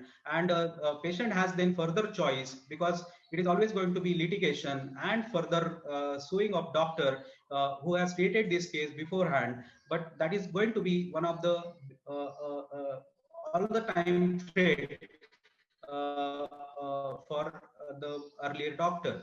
But this should not be the reason for not telling the truth to the patient, and that should not prevent doctor from telling this truth to the patient and family. So most of the time, a kind of affirmation or disclosure in a proper manner by attending doctor usually takes care of most of these situations, and patient and family may not then take further actions, since doctor has done a right thing and they have taken them into confidence and have informed the family, and that may avoid then certainly the further litigation which might be happening later on, if that disclosure is going to them in a very different manner, or someone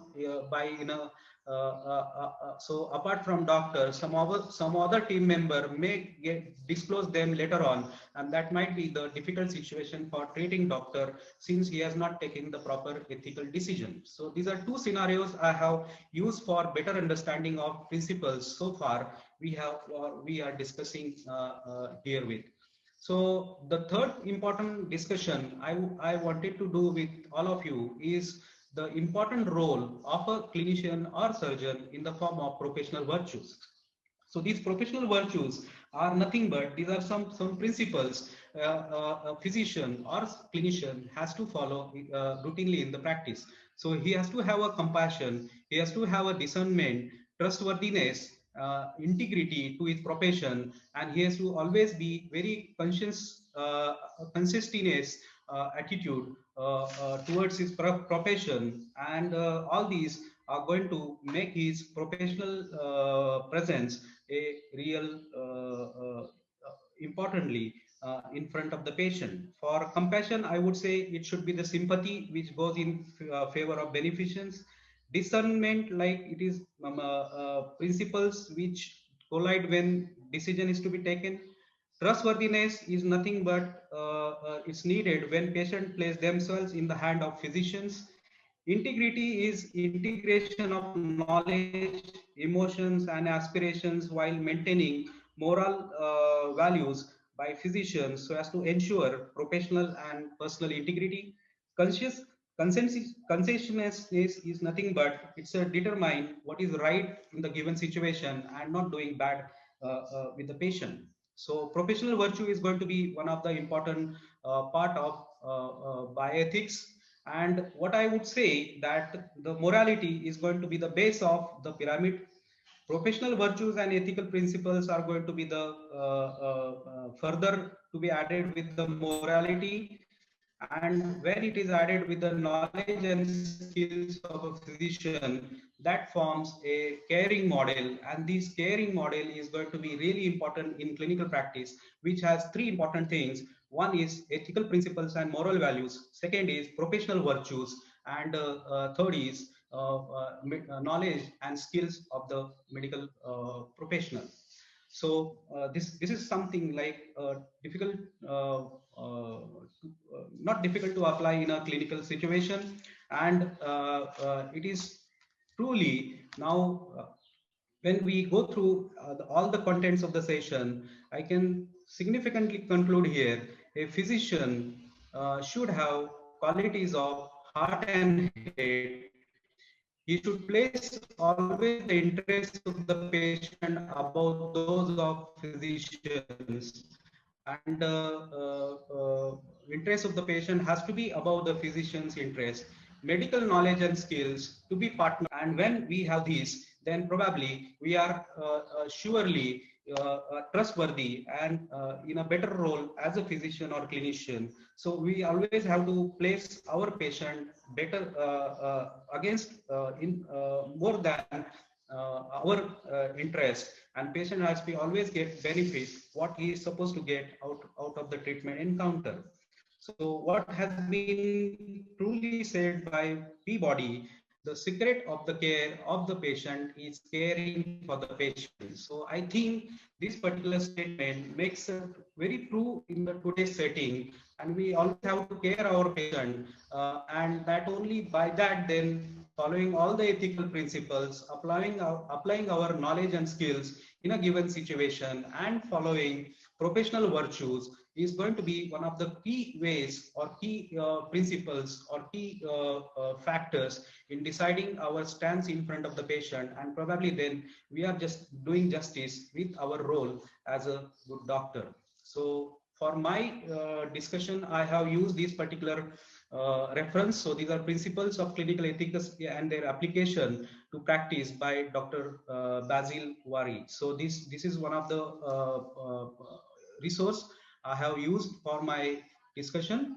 So this is my end of my session about importance of bioethics in clinical practice. So any question or any suggestion from participants, I would be happy to answer. So to conclude, before I conclude my session, I would like to say thanks to our Pro Chancellor, Dr. Rajendra Vikhe Patil, Dr. Jairaj, Vice Chancellor, Pravara Institute of Medical Sciences, for giving me this opportunity to share my views on this important topic.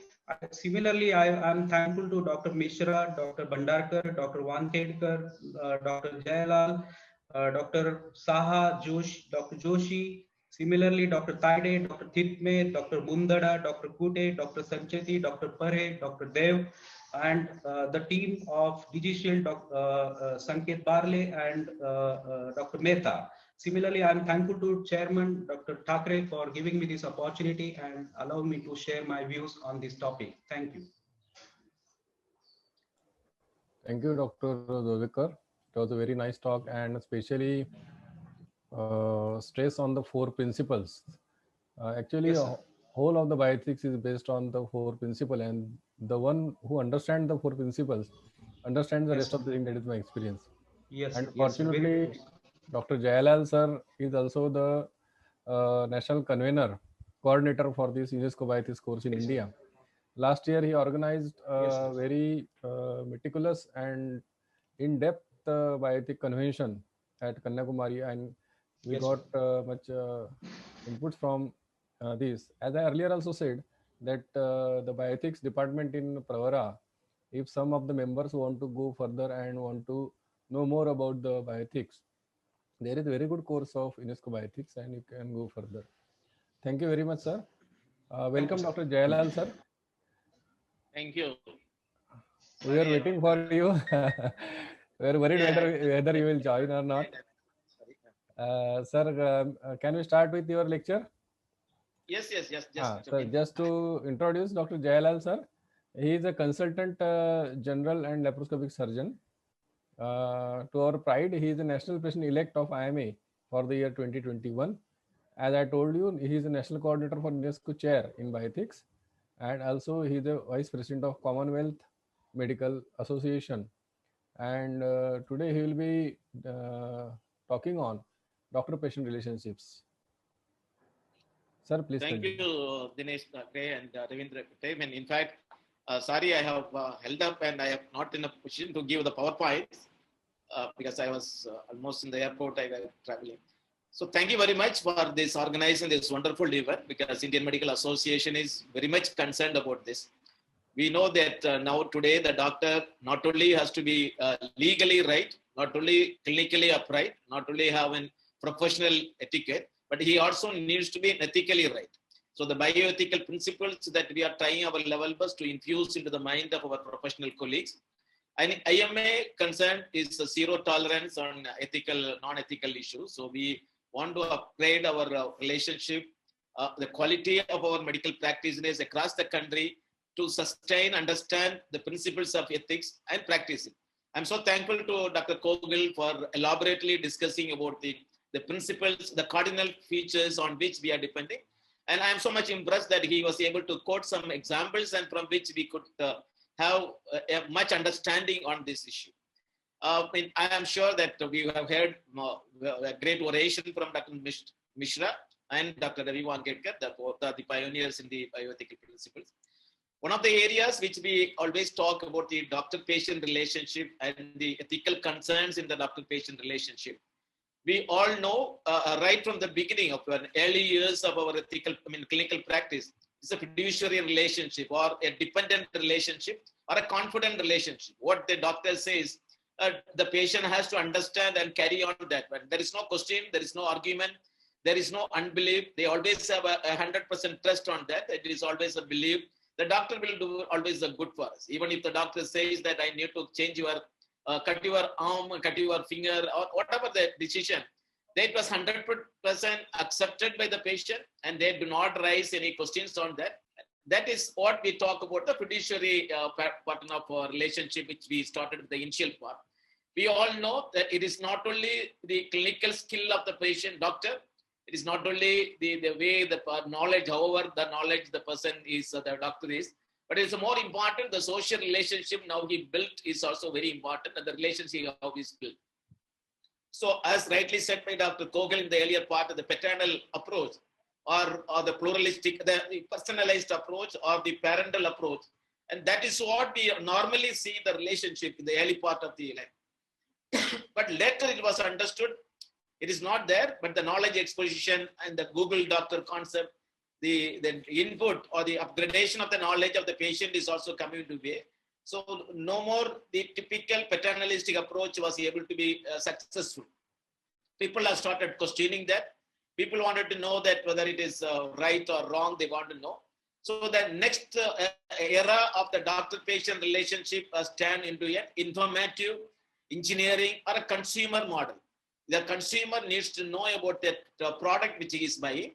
So the consumer needs to know about the quality of that doctor, his background of the doctor, and what is the best he has.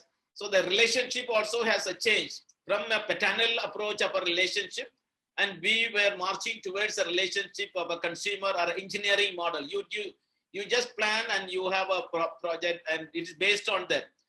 Again, there that exactly not there was an interaction was there. The patient was only scrutinizing the doctor, scrutinizing his background, and also maybe is getting the confirmation from something from the Google. He get a reference, and that takes a decision. That was a relationship. The third relationship, which we call as an interpretive model relationship, that was the model in which we say it is an empowerment model. Here, there's an interaction takes place between the doctor and the patient. The doctor is not taking a decision on behalf of a patient, but he is empowering a patient to take a decision. And that is a much better model where he is discussing the various options in front of that patient. And he is saying that these are the options. And if you do this, this will happen. If you do not do that, this will not happen. This will happen. So he is educating the patient. He is making the patient empowered. He is making the patient in a position to take a decision for himself. And that was called as an interpretive model, or the model in which we say empowerment model was there. And there is another one model which also says a deliberative model, where the doctor says, and this is exactly what he understands the values of the patient. And with that values, he put in that, with him, he work out a solution. This is the best model he says.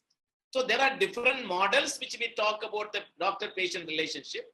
So starting from the paternal model, but what normally now we recommend, it is an empowering model or interpretive model, where the doctor is not taking a decision, but he is only making the patient to understand the things and take a decision on that. So when you talk about how do we build that relationship or the doctor-patient relationship, of course, there are certain things play in that. And one of the most important thing is the communication. That we all know as a doctor, and ethically also we know that communication plays a major role. It is not only the verbal communication, it is also the non-verbal communication. The way you talk to the patient, you see the patient, the distance you keep with the patient, and the eye contact you maintain with the patient, the privacy you are providing to the patient. So everything makes the communication. It is not only the what you say, it is not only the what you just talk with the patient, but it is how we behave. And there are a lot of studies has done on that. And many times we do not allow the patient to express all his feeling. And one of the studies says it's the maximum time that we allot is 20 minutes. And within that 20 minutes, we cut short the patient, and we are not allowing the patient to do that we are not able to, patient is not able to. We say that, we try to control the communication to the patient. And many often times that we are not in a position to listen to the patient. Or one of the commonest mistake we do is when a patient is talking, we just look at the computer, or we just look at the cell phone which is ringing, or we divert our attention to something else. Or in the room, there may be the cricket match may be flowing on that. Our eyes interpretively going between the match which is on the TV, and we also talk with the patient in a way. So unless if you saw that eye contact, direct to direct eye contact, the patient was able to read from your eyes and how you are maintaining that contact, and then you will not be able to maintain. So the communication. And normally the pattern of Indian culture, we always keep a table in front of us and keep the patient in the distance. But if you go to the Western culture, it is not, they put a chairs, one-to-one chair. There is nothing is in between them. So that is going to be the very important thing is the communication. The second most thing important is the respect which we provide. And this is also very important.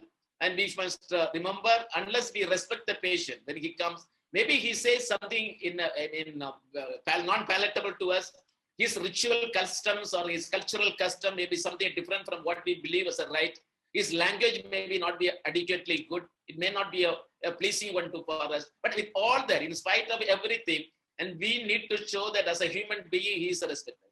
Sometimes even the patient who comes with a diabetic food, with a bleeding ulcer or the worms inside, that the compassion which you show for the respect which you show for them.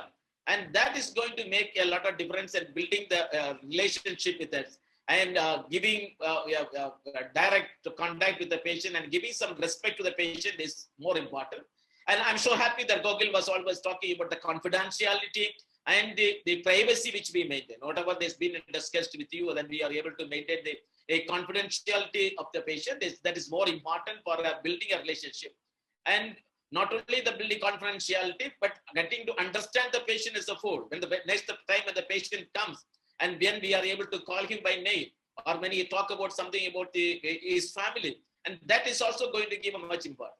I always teach my students that whenever they present a case in OP or what, they say they talk very well about the present history. They talk very well about something about the past history.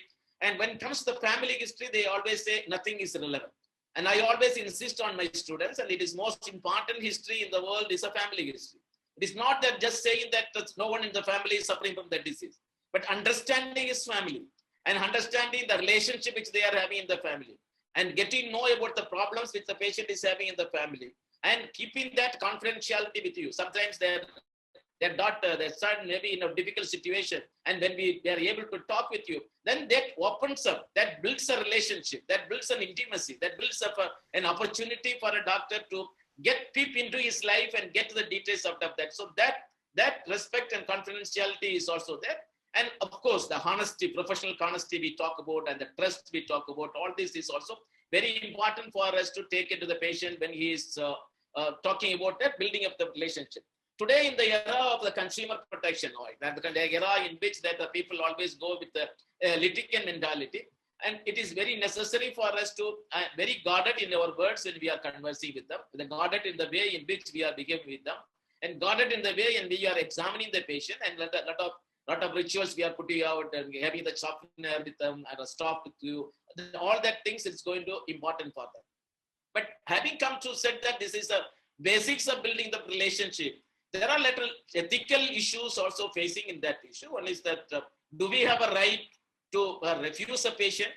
Yes, ethically, that even when you have a patient is your patient, and you can say at particular point of time that when you know how to take, we are not in a position to take the patient. So that the Medical Council of India very clearly says, if you are saying that you are a patient, or if you are going to operate on a patient in which you have a contract, and if you have an urgency that you will not be available for next 5 days for a post-operative period, you need to get the permission of the patient in the post-operative period, and you will not be available, but another competent person will be available to take care of you. So that relationship is not only response with the moment in which you're there, it is on the post-operative care also. You have a a responsibility to have the build up that relationship, which we need to do. And similarly, when the patient, you say that, you have a liberty, though you have a OP patients has to come and see you, and you have a liberty to refuse the treatment when provided you are sick, or when you are provided you have when you can prior inform the patient that you are going out. And that privacy you have, though in an emergency situation, we are expected to do that, but though the patient has the right to choose the doctor, similarly, ethically, the doctor also has the right to choose the patient on that. One of the major issue which we face, in an ethical issue which we face, is that a relationship which is going beyond the love. Like what we say, the love yourself is a common statement which we make. But when it becomes a narcissistic love, the love of the self-interpretative love, then it is going to be a complicated one. Similarly, and there are some issues of misconduct with the people, and relationship developing in a sexual relationship developing with the patient, and that is always prohibited. And as per the constitution, as per the ethical principles, at least for the patient in a post-operative care, or if at least for the 6 months after your care, and the patient, if you develop a relationship with the patient, that is not ethically acceptable. When the patient comes to you, and when you are having a talking and building up the relationship, and that should not go beyond level of an ethical principle of the relationship, and that is more importantly, we need to take care of that. And bringing that ethical relationship, the doctor-patient relationship, also comes in a major area where we talk about the referring the patient to an appropriate candidate.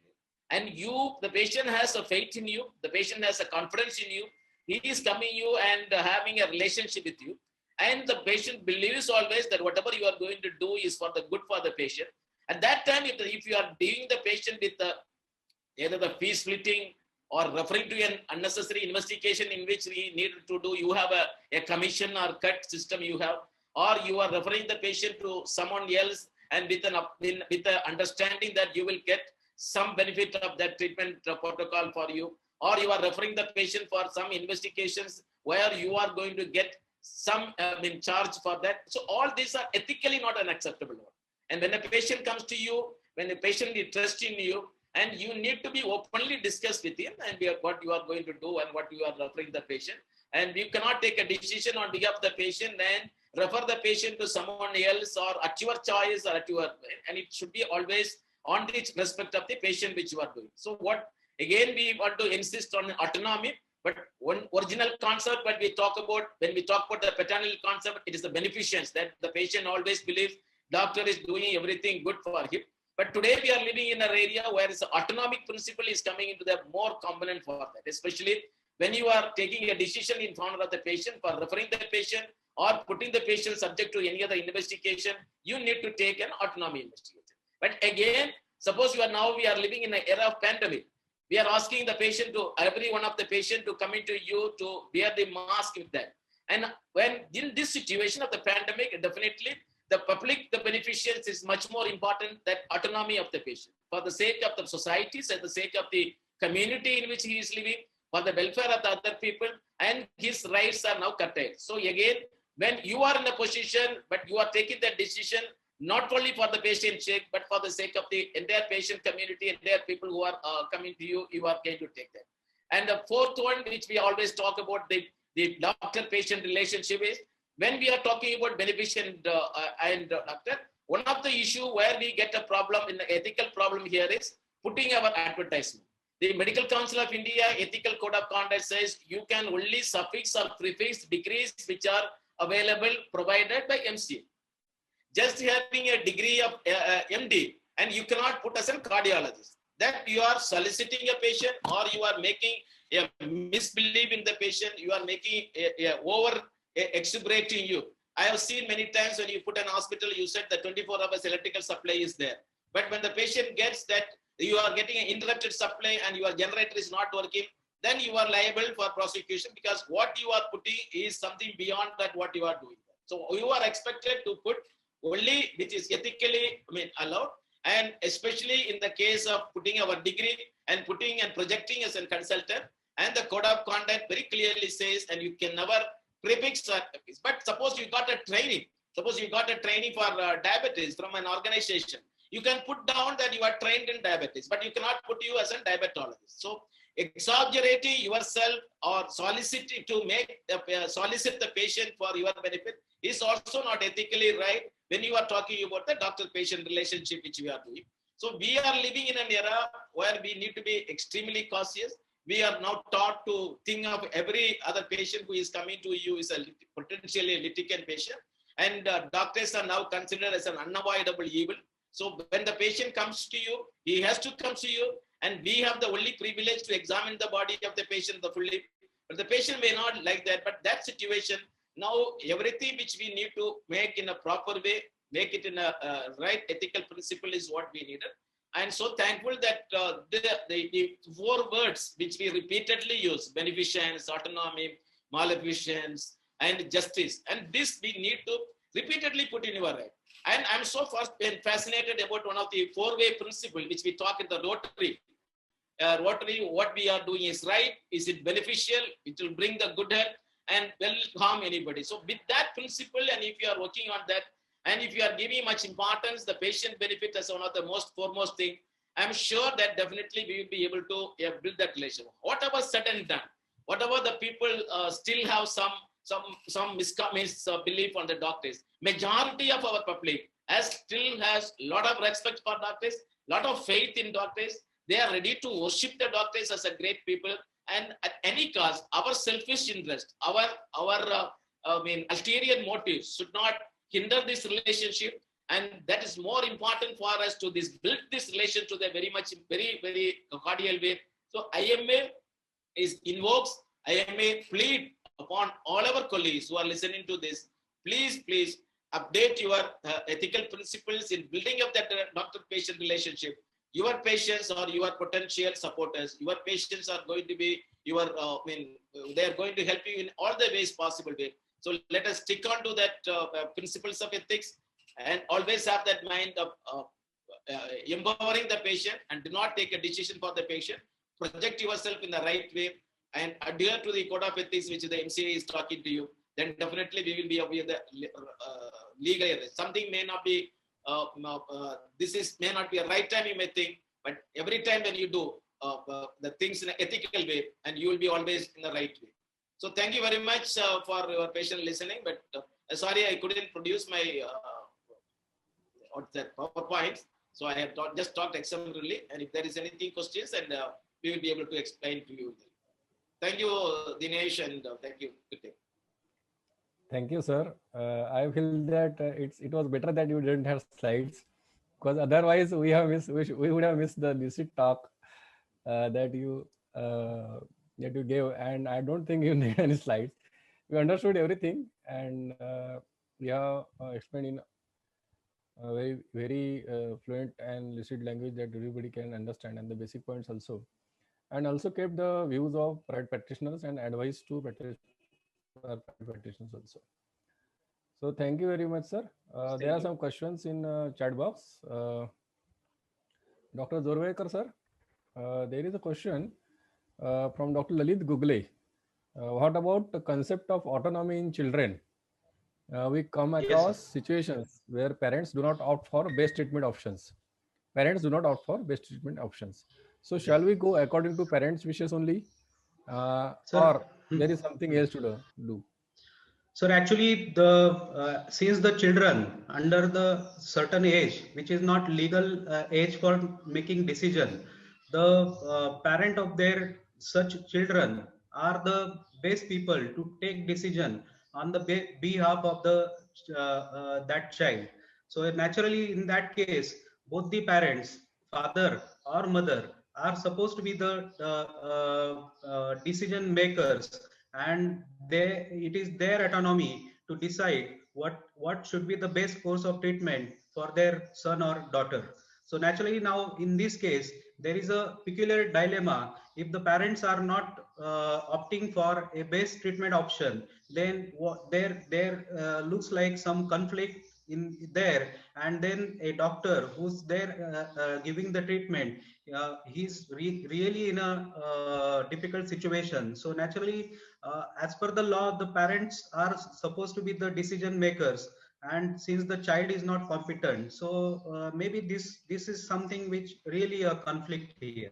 And parents, ideally we have to go with the parents' wish. That's what is my my way of thinking. Right. So it is open for discussion. Maybe some pediatrics, somebody from pediatrics in the participant can give the opinion, or some of other panelists can opine. Yes, if you want, Dr. Sunil or Dr. Tade sir can give a comment on this. Dr. Motilal. Yeah. Basically, the question arises when a pediatric case or patient who has to take a decision, or is any surgical way or any treatment management. As per the International Code of Ethics, I say a very on theoretical based point of view, what I read and what is my observation in this topic, as per the international regulations, says that if the child is a minor, or he's not able, or any person is not able to take his decision as his own, like psychiatric cases, in pediatric cases, that time we should take the obligation, or we should take or ask his parents to take the decision on his behalf. That is as a morally and as per the International Code of Ethics. I would like to share, sir, this on PowerPoint, please. Yes. Okay. So I think this principle is not only applied to children, but as Dr. Tade sir said, anybody who is not capable to do contract or understand the things.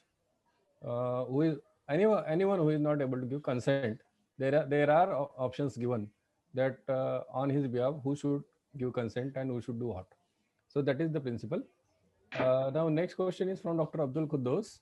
Will the surgeon be responsible vicariously if he allows the competent person to look after the post-operative patient? Anybody of you can share your views. Surgeon is out of station. Yeah. Dr. Jailal has already answered this question. Dr. Jailal, during his speech, has already answered this question. So I think we will mark the question answered, and we'll move on to the next question. Right.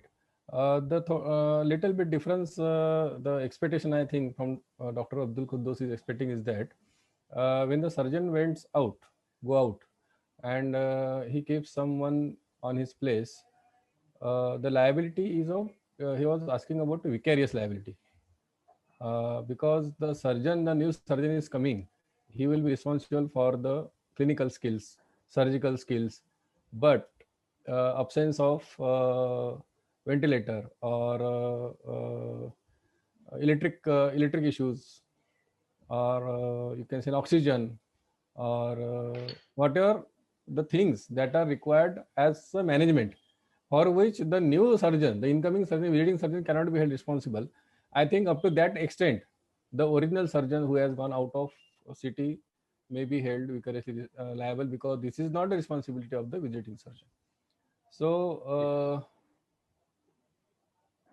Dr. Megawardhan has suggested that we should have clinical learnings on bioethics and patient handling, like we take clinical cases.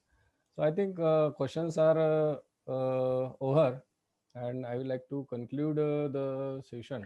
I think, sir, Thakre sir, there is one very good question. I think you might have missed out by Megha Varad.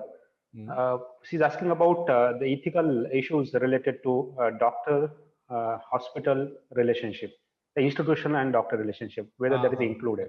That is the first question. So, yeah, that is important. I will so I think Dr. Gokul Zolekar sir would like to answer this question. Right. Yeah, please. Sir, can you repeat the question, sir? Yes. The question is, ethics don't include a doctor and patient relationship, and do all hospitals, institutions follow that? She wants to ask about doctor and hospital relationship.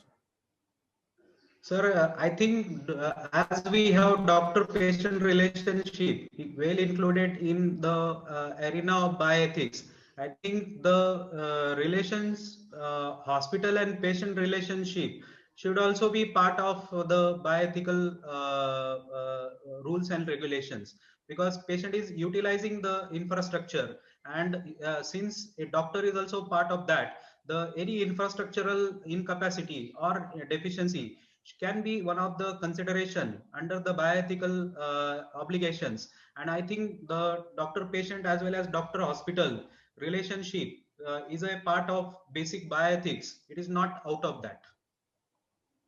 Okay. Second, sir, I would like to share, when we see the doctor and hospital relationship, basically the framework of this bioethics, understanding of this bioethics, application of this bioethics are integrated with each other, like at individual level, at organization level, and at community level. When we see these three members, as an individual doctor, as organization, as a hospital, and as his community, they integrate with each other. We can't separate this one from other.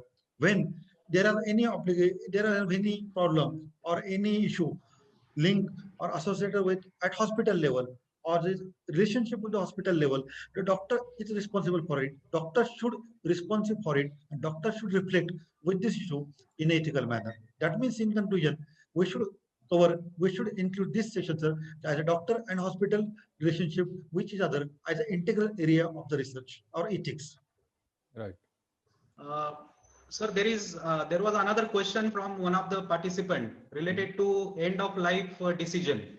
So likewise, the question posed was, who should be the taking decision of ending the life support? Whether a doctor should take the decision, or it is to be taken by patient himself or family members. So naturally, this is one real day-to-day situation where a attending doctor or clinician is in real trouble.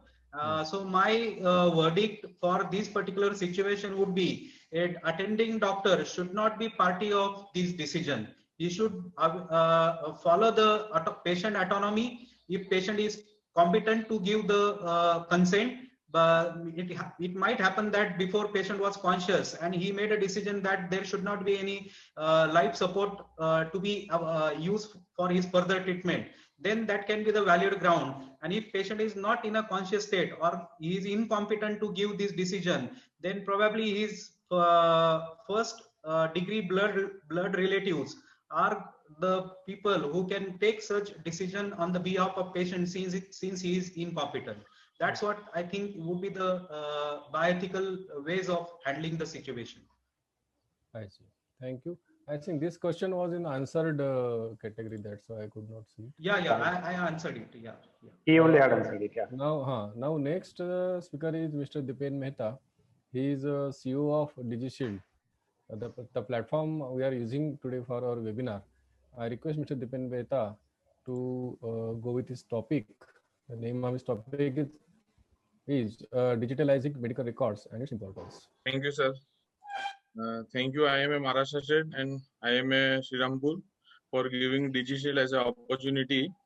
The topic which I am going to have today is different with the webinar.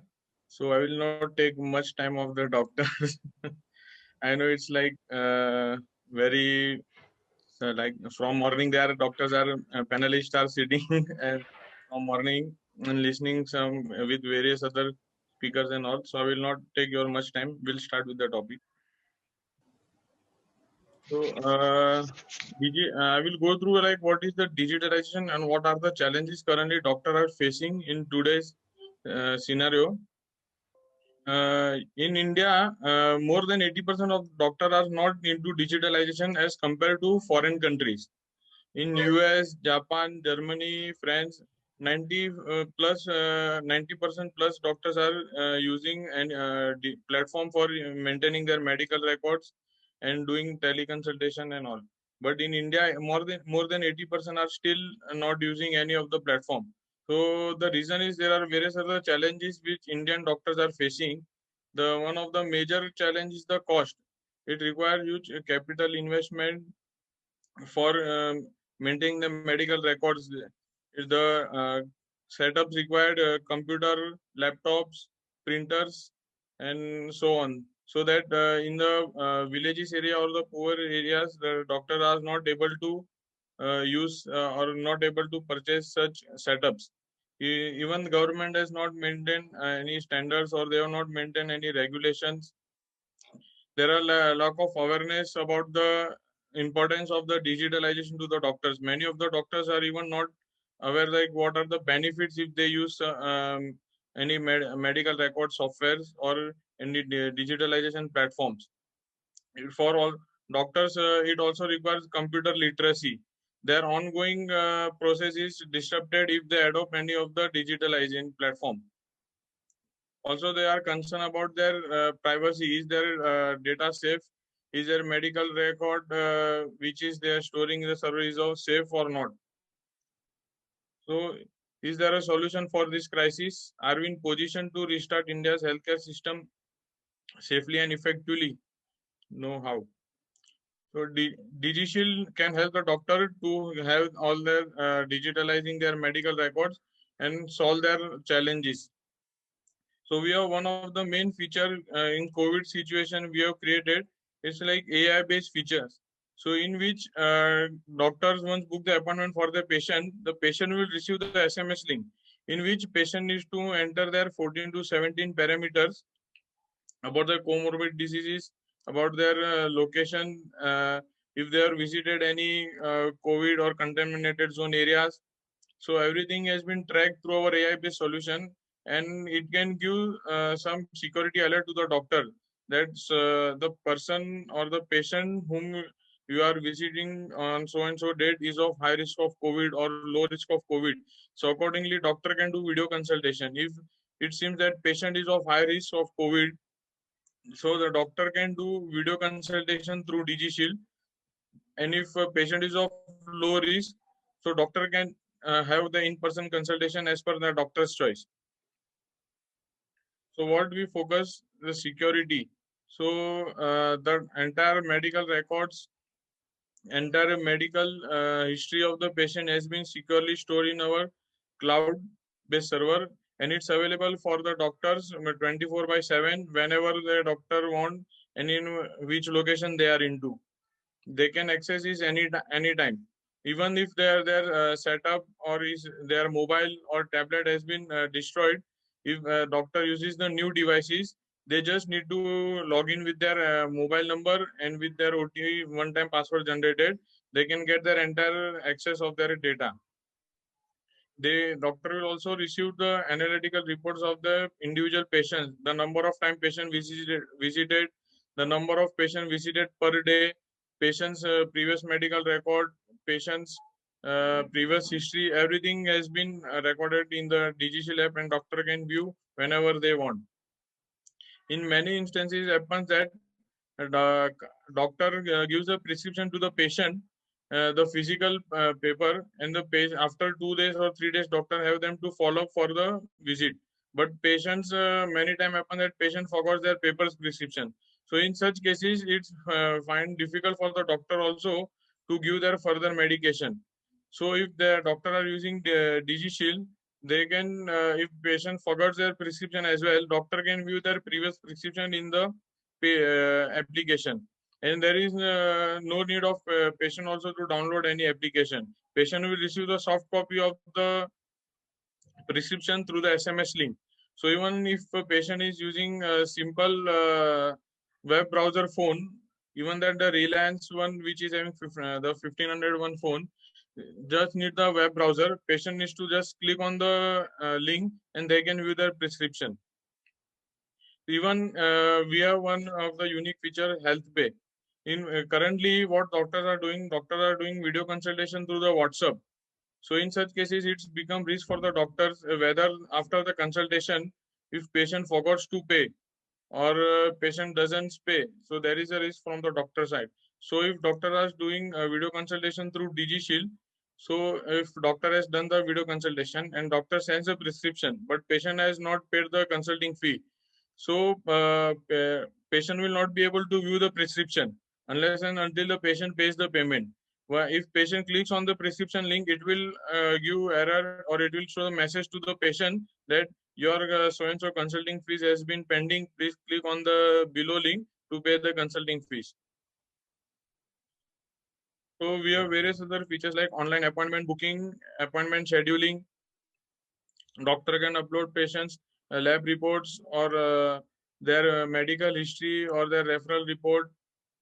Then doctor can do teleconsultation, video consult through inbuilt online payment, and many more. And DigiShield is very easy to use. Just need to download from the App Store or Android Play Store. Doctor just need to register for the one time for the patients, and accordingly, doctor can do teleconsultation or video consultation and upload the patient's prescription. And it's available free for the doctor for the lifetime. So the application is something like that. If doctor uses for 6 months or 1 month, after that we will charge. So we are committing that we will give the doctors lifetime the free application to use, and they can maintain their unlimited records of their patient for the lifetime and whenever and wherever they want. So if you have any queries, you can just log on to www.digishield.me, or you can also contact us. If you have any queries, you can also post your queries in Q&A session or in the chat board, or you can contact us. Thank you.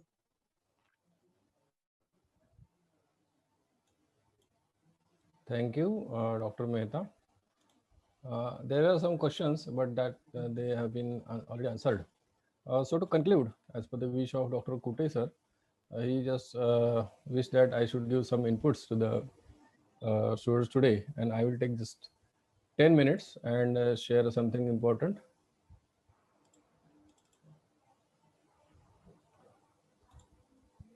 Are you able to see my screen? Yes, sir.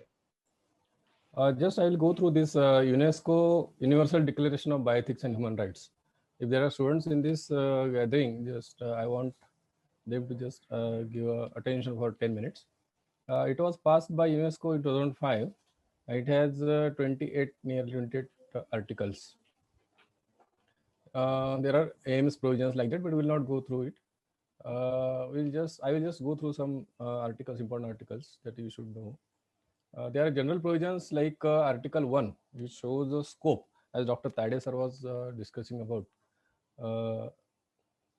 The scope is that the declaration addresses ethical issues related to medicine, life sciences, and associated technology as applied to human beings, taking into account their social, legal, and environmental dimensions.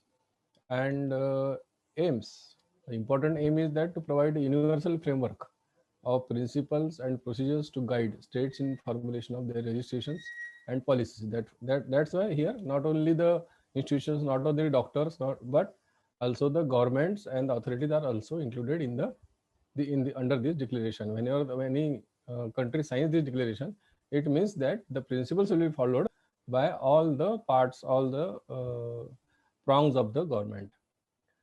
Then the next aim is to guide actions of individuals, groups, communities. Again, he can see the institutions and corporation, public, private, to promote respect for human dignity and protect human rights, to recognize the importance of freedom of scientific research and the benefits derived, to foster multidisciplinary and pluralistic dialogue, to promote equitable access to medical, scientific, and technological developments like that, to safeguard and promote the interest of present and future generation, and to underline the importance of biodiversity and its conservation. Now, there are some principles like Article 3 says discuss about human dignity and human rights. Article 4 discuss about benefits and harms.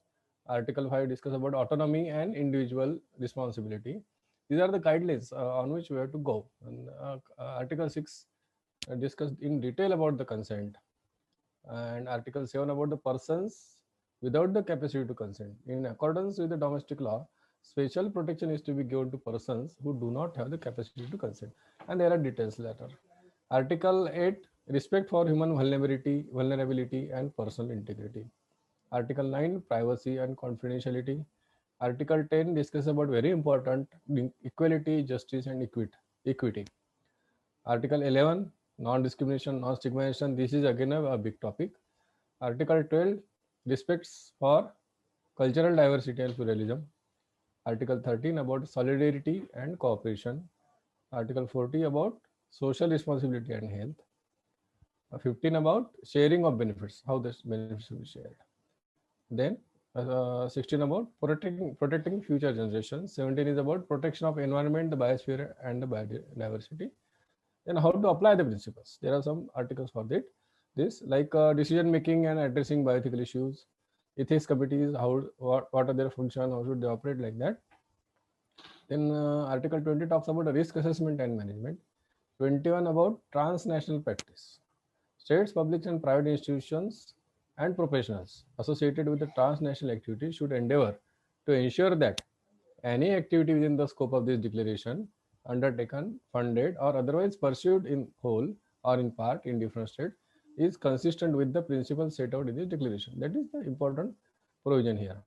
Then how to promote the declaration? Role of state. What is the role of states? This is today's activity is actually like promoting these declarations. In Article 23 is bioethical education, training, and information how to go about what are the principles. Article 24 talks about international cooperation on this declaration. Then Article 25 talks about follow-up action by UNESCO. What should UNESCO do? Then final provisions are about interrelations and complementarity of the principles. 27 says limitations on the application of this principle. What are the limitations? And most important is 28, Article 28, denial of act contrary to human rights, fundamental freedoms, and human dignity. Nothing in this declaration may be interpreted as implying for the state, group, or person any claim to engage in activity to perform any act contrary to human rights, fundamental freedoms, and human dignity.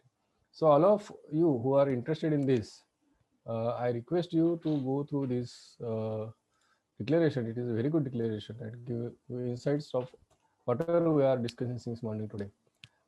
Thank you, Dr. Kute sir, for making me chairman of this session. I enjoyed it a lot and I got new inputs also. And good people I am seeing who are interested in ethics.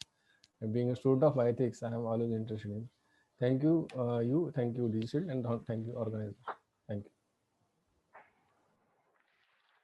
Thank you, Dr. Dinesh Thapre, sir. It was wonderful to have you as a chairman for today's session. And thank you all the speakers for session number 2. Friends, here we come to the end of this webinar, and I'm privileged to propose the vote of thanks on behalf of Pravara Institute of Medical Sciences and IMA Shirampur, as well as IMA Maharashtra. Friends, we all know that all medical professionals, they are doing wonderful and admirable job. The research and technology has enhanced the capabilities of all healthcare workers as well as the medical professionals. But it is up to the medical professionals that how they're going to use that research and technology in patient care. If something goes wrong, we have bioethics to keep a check on that practice which is going wrong after that research or application of technology. So with this note, I take this opportunity to thank the speakers one by one. So we had a wonderful opportunity to listen to Dr. Ved Prakash Mishra, who is one of the best orator we have in the medical fraternity. So thank you, Dr. Ved Prakash Mishra, sir. Followed by, I thank Dr. Rajendra Vikhe Patil, President, Provara Institute of Medical Sciences, for giving us this opportunity to conduct this webinar. I thank Dr. Ravi Wankhedkar, sir, who is a former president of IMA India, for his wonderful contribution to this webinar. Thanks are due to Dr. Y.M. Jairaj, sir, Vice Chancellor of Provara Institute of Medical Sciences, for his wonderful oration today. I also thank Dr. Avinash Bondwe, sir, President IMA, for his continuous support and encouragement in hosting the webinar. I take this opportunity to thank Dr. K.D. Chavan, sir, Registrar of MUHS, for chairing the first session and giving good insights about bioethics. I thank Dr. Pankaj Vandrakar, sir, Secretary IMA Maharashtra, for his support and encouragement throughout organizing this webinar. Thanks are due to Dr. Dinesh Thakre, sir, for accepting our invitation to be a chair for session number 2. I thank Dr. Motilal Tadi, sir, Dr. Gokul Javlekar, sir, and Dr. Dipen Mehta, sir, for giving us wonderful lectures today. I thank Dr. Sanket Mundara, sir, Secretary IMA Shrampur, for his dedication in bringing this webinar in reality. Thanks are also due to Dr. Manesh Ramchedi, sir, for continuous support in conducting this webinar. The special thanks goes to Dr. Ravindra Pute, sir. Sir, if you can just put your video on, we can see you, because it was you who initiated this concept, and we have finally conducted the webinar. So you deserve a special thank for your initiation and a professional conduct of this webinar. I thank DigiShield for providing a very good platform for this professional conduct of the webinar. You deserve a good thank you, big thank you for thorough professional conduct of the webinar. I also thank you the participants, who includes the medical practitioners throughout the state, and also the students, medical students, who also have joined and took advantage of this webinar. Friends, we all know, and through this webinar, we can definitely conclude that bioethics has to be an important and integrated component of the medical practitioners as well as medical students. And people will keep raising the questions about what should be included in the bioethics and what should not be included in the bioethics. But as a medical practitioner, as a medical faculty person, we always need to focus on what is right and what is wrong. We did not go into all the details of bioethics, understand all the principles all the time, but a simple judgment of saying what is right and what is wrong, depending on our own judgments, will definitely help us to come to a good conclusion, and that will definitely improve the healthcare. With this note, with permission from all the organizers, IMA Shrampur, IMA Maharashtra, and Provara Institute of Medical Sciences, I thank you all once again, and I declare that this workshop is over. The certificate for all the participants will be distributed by DigiShield. Whoever has registered for the workshop webinar, they will receive the certificate through online platform. Thank you very much.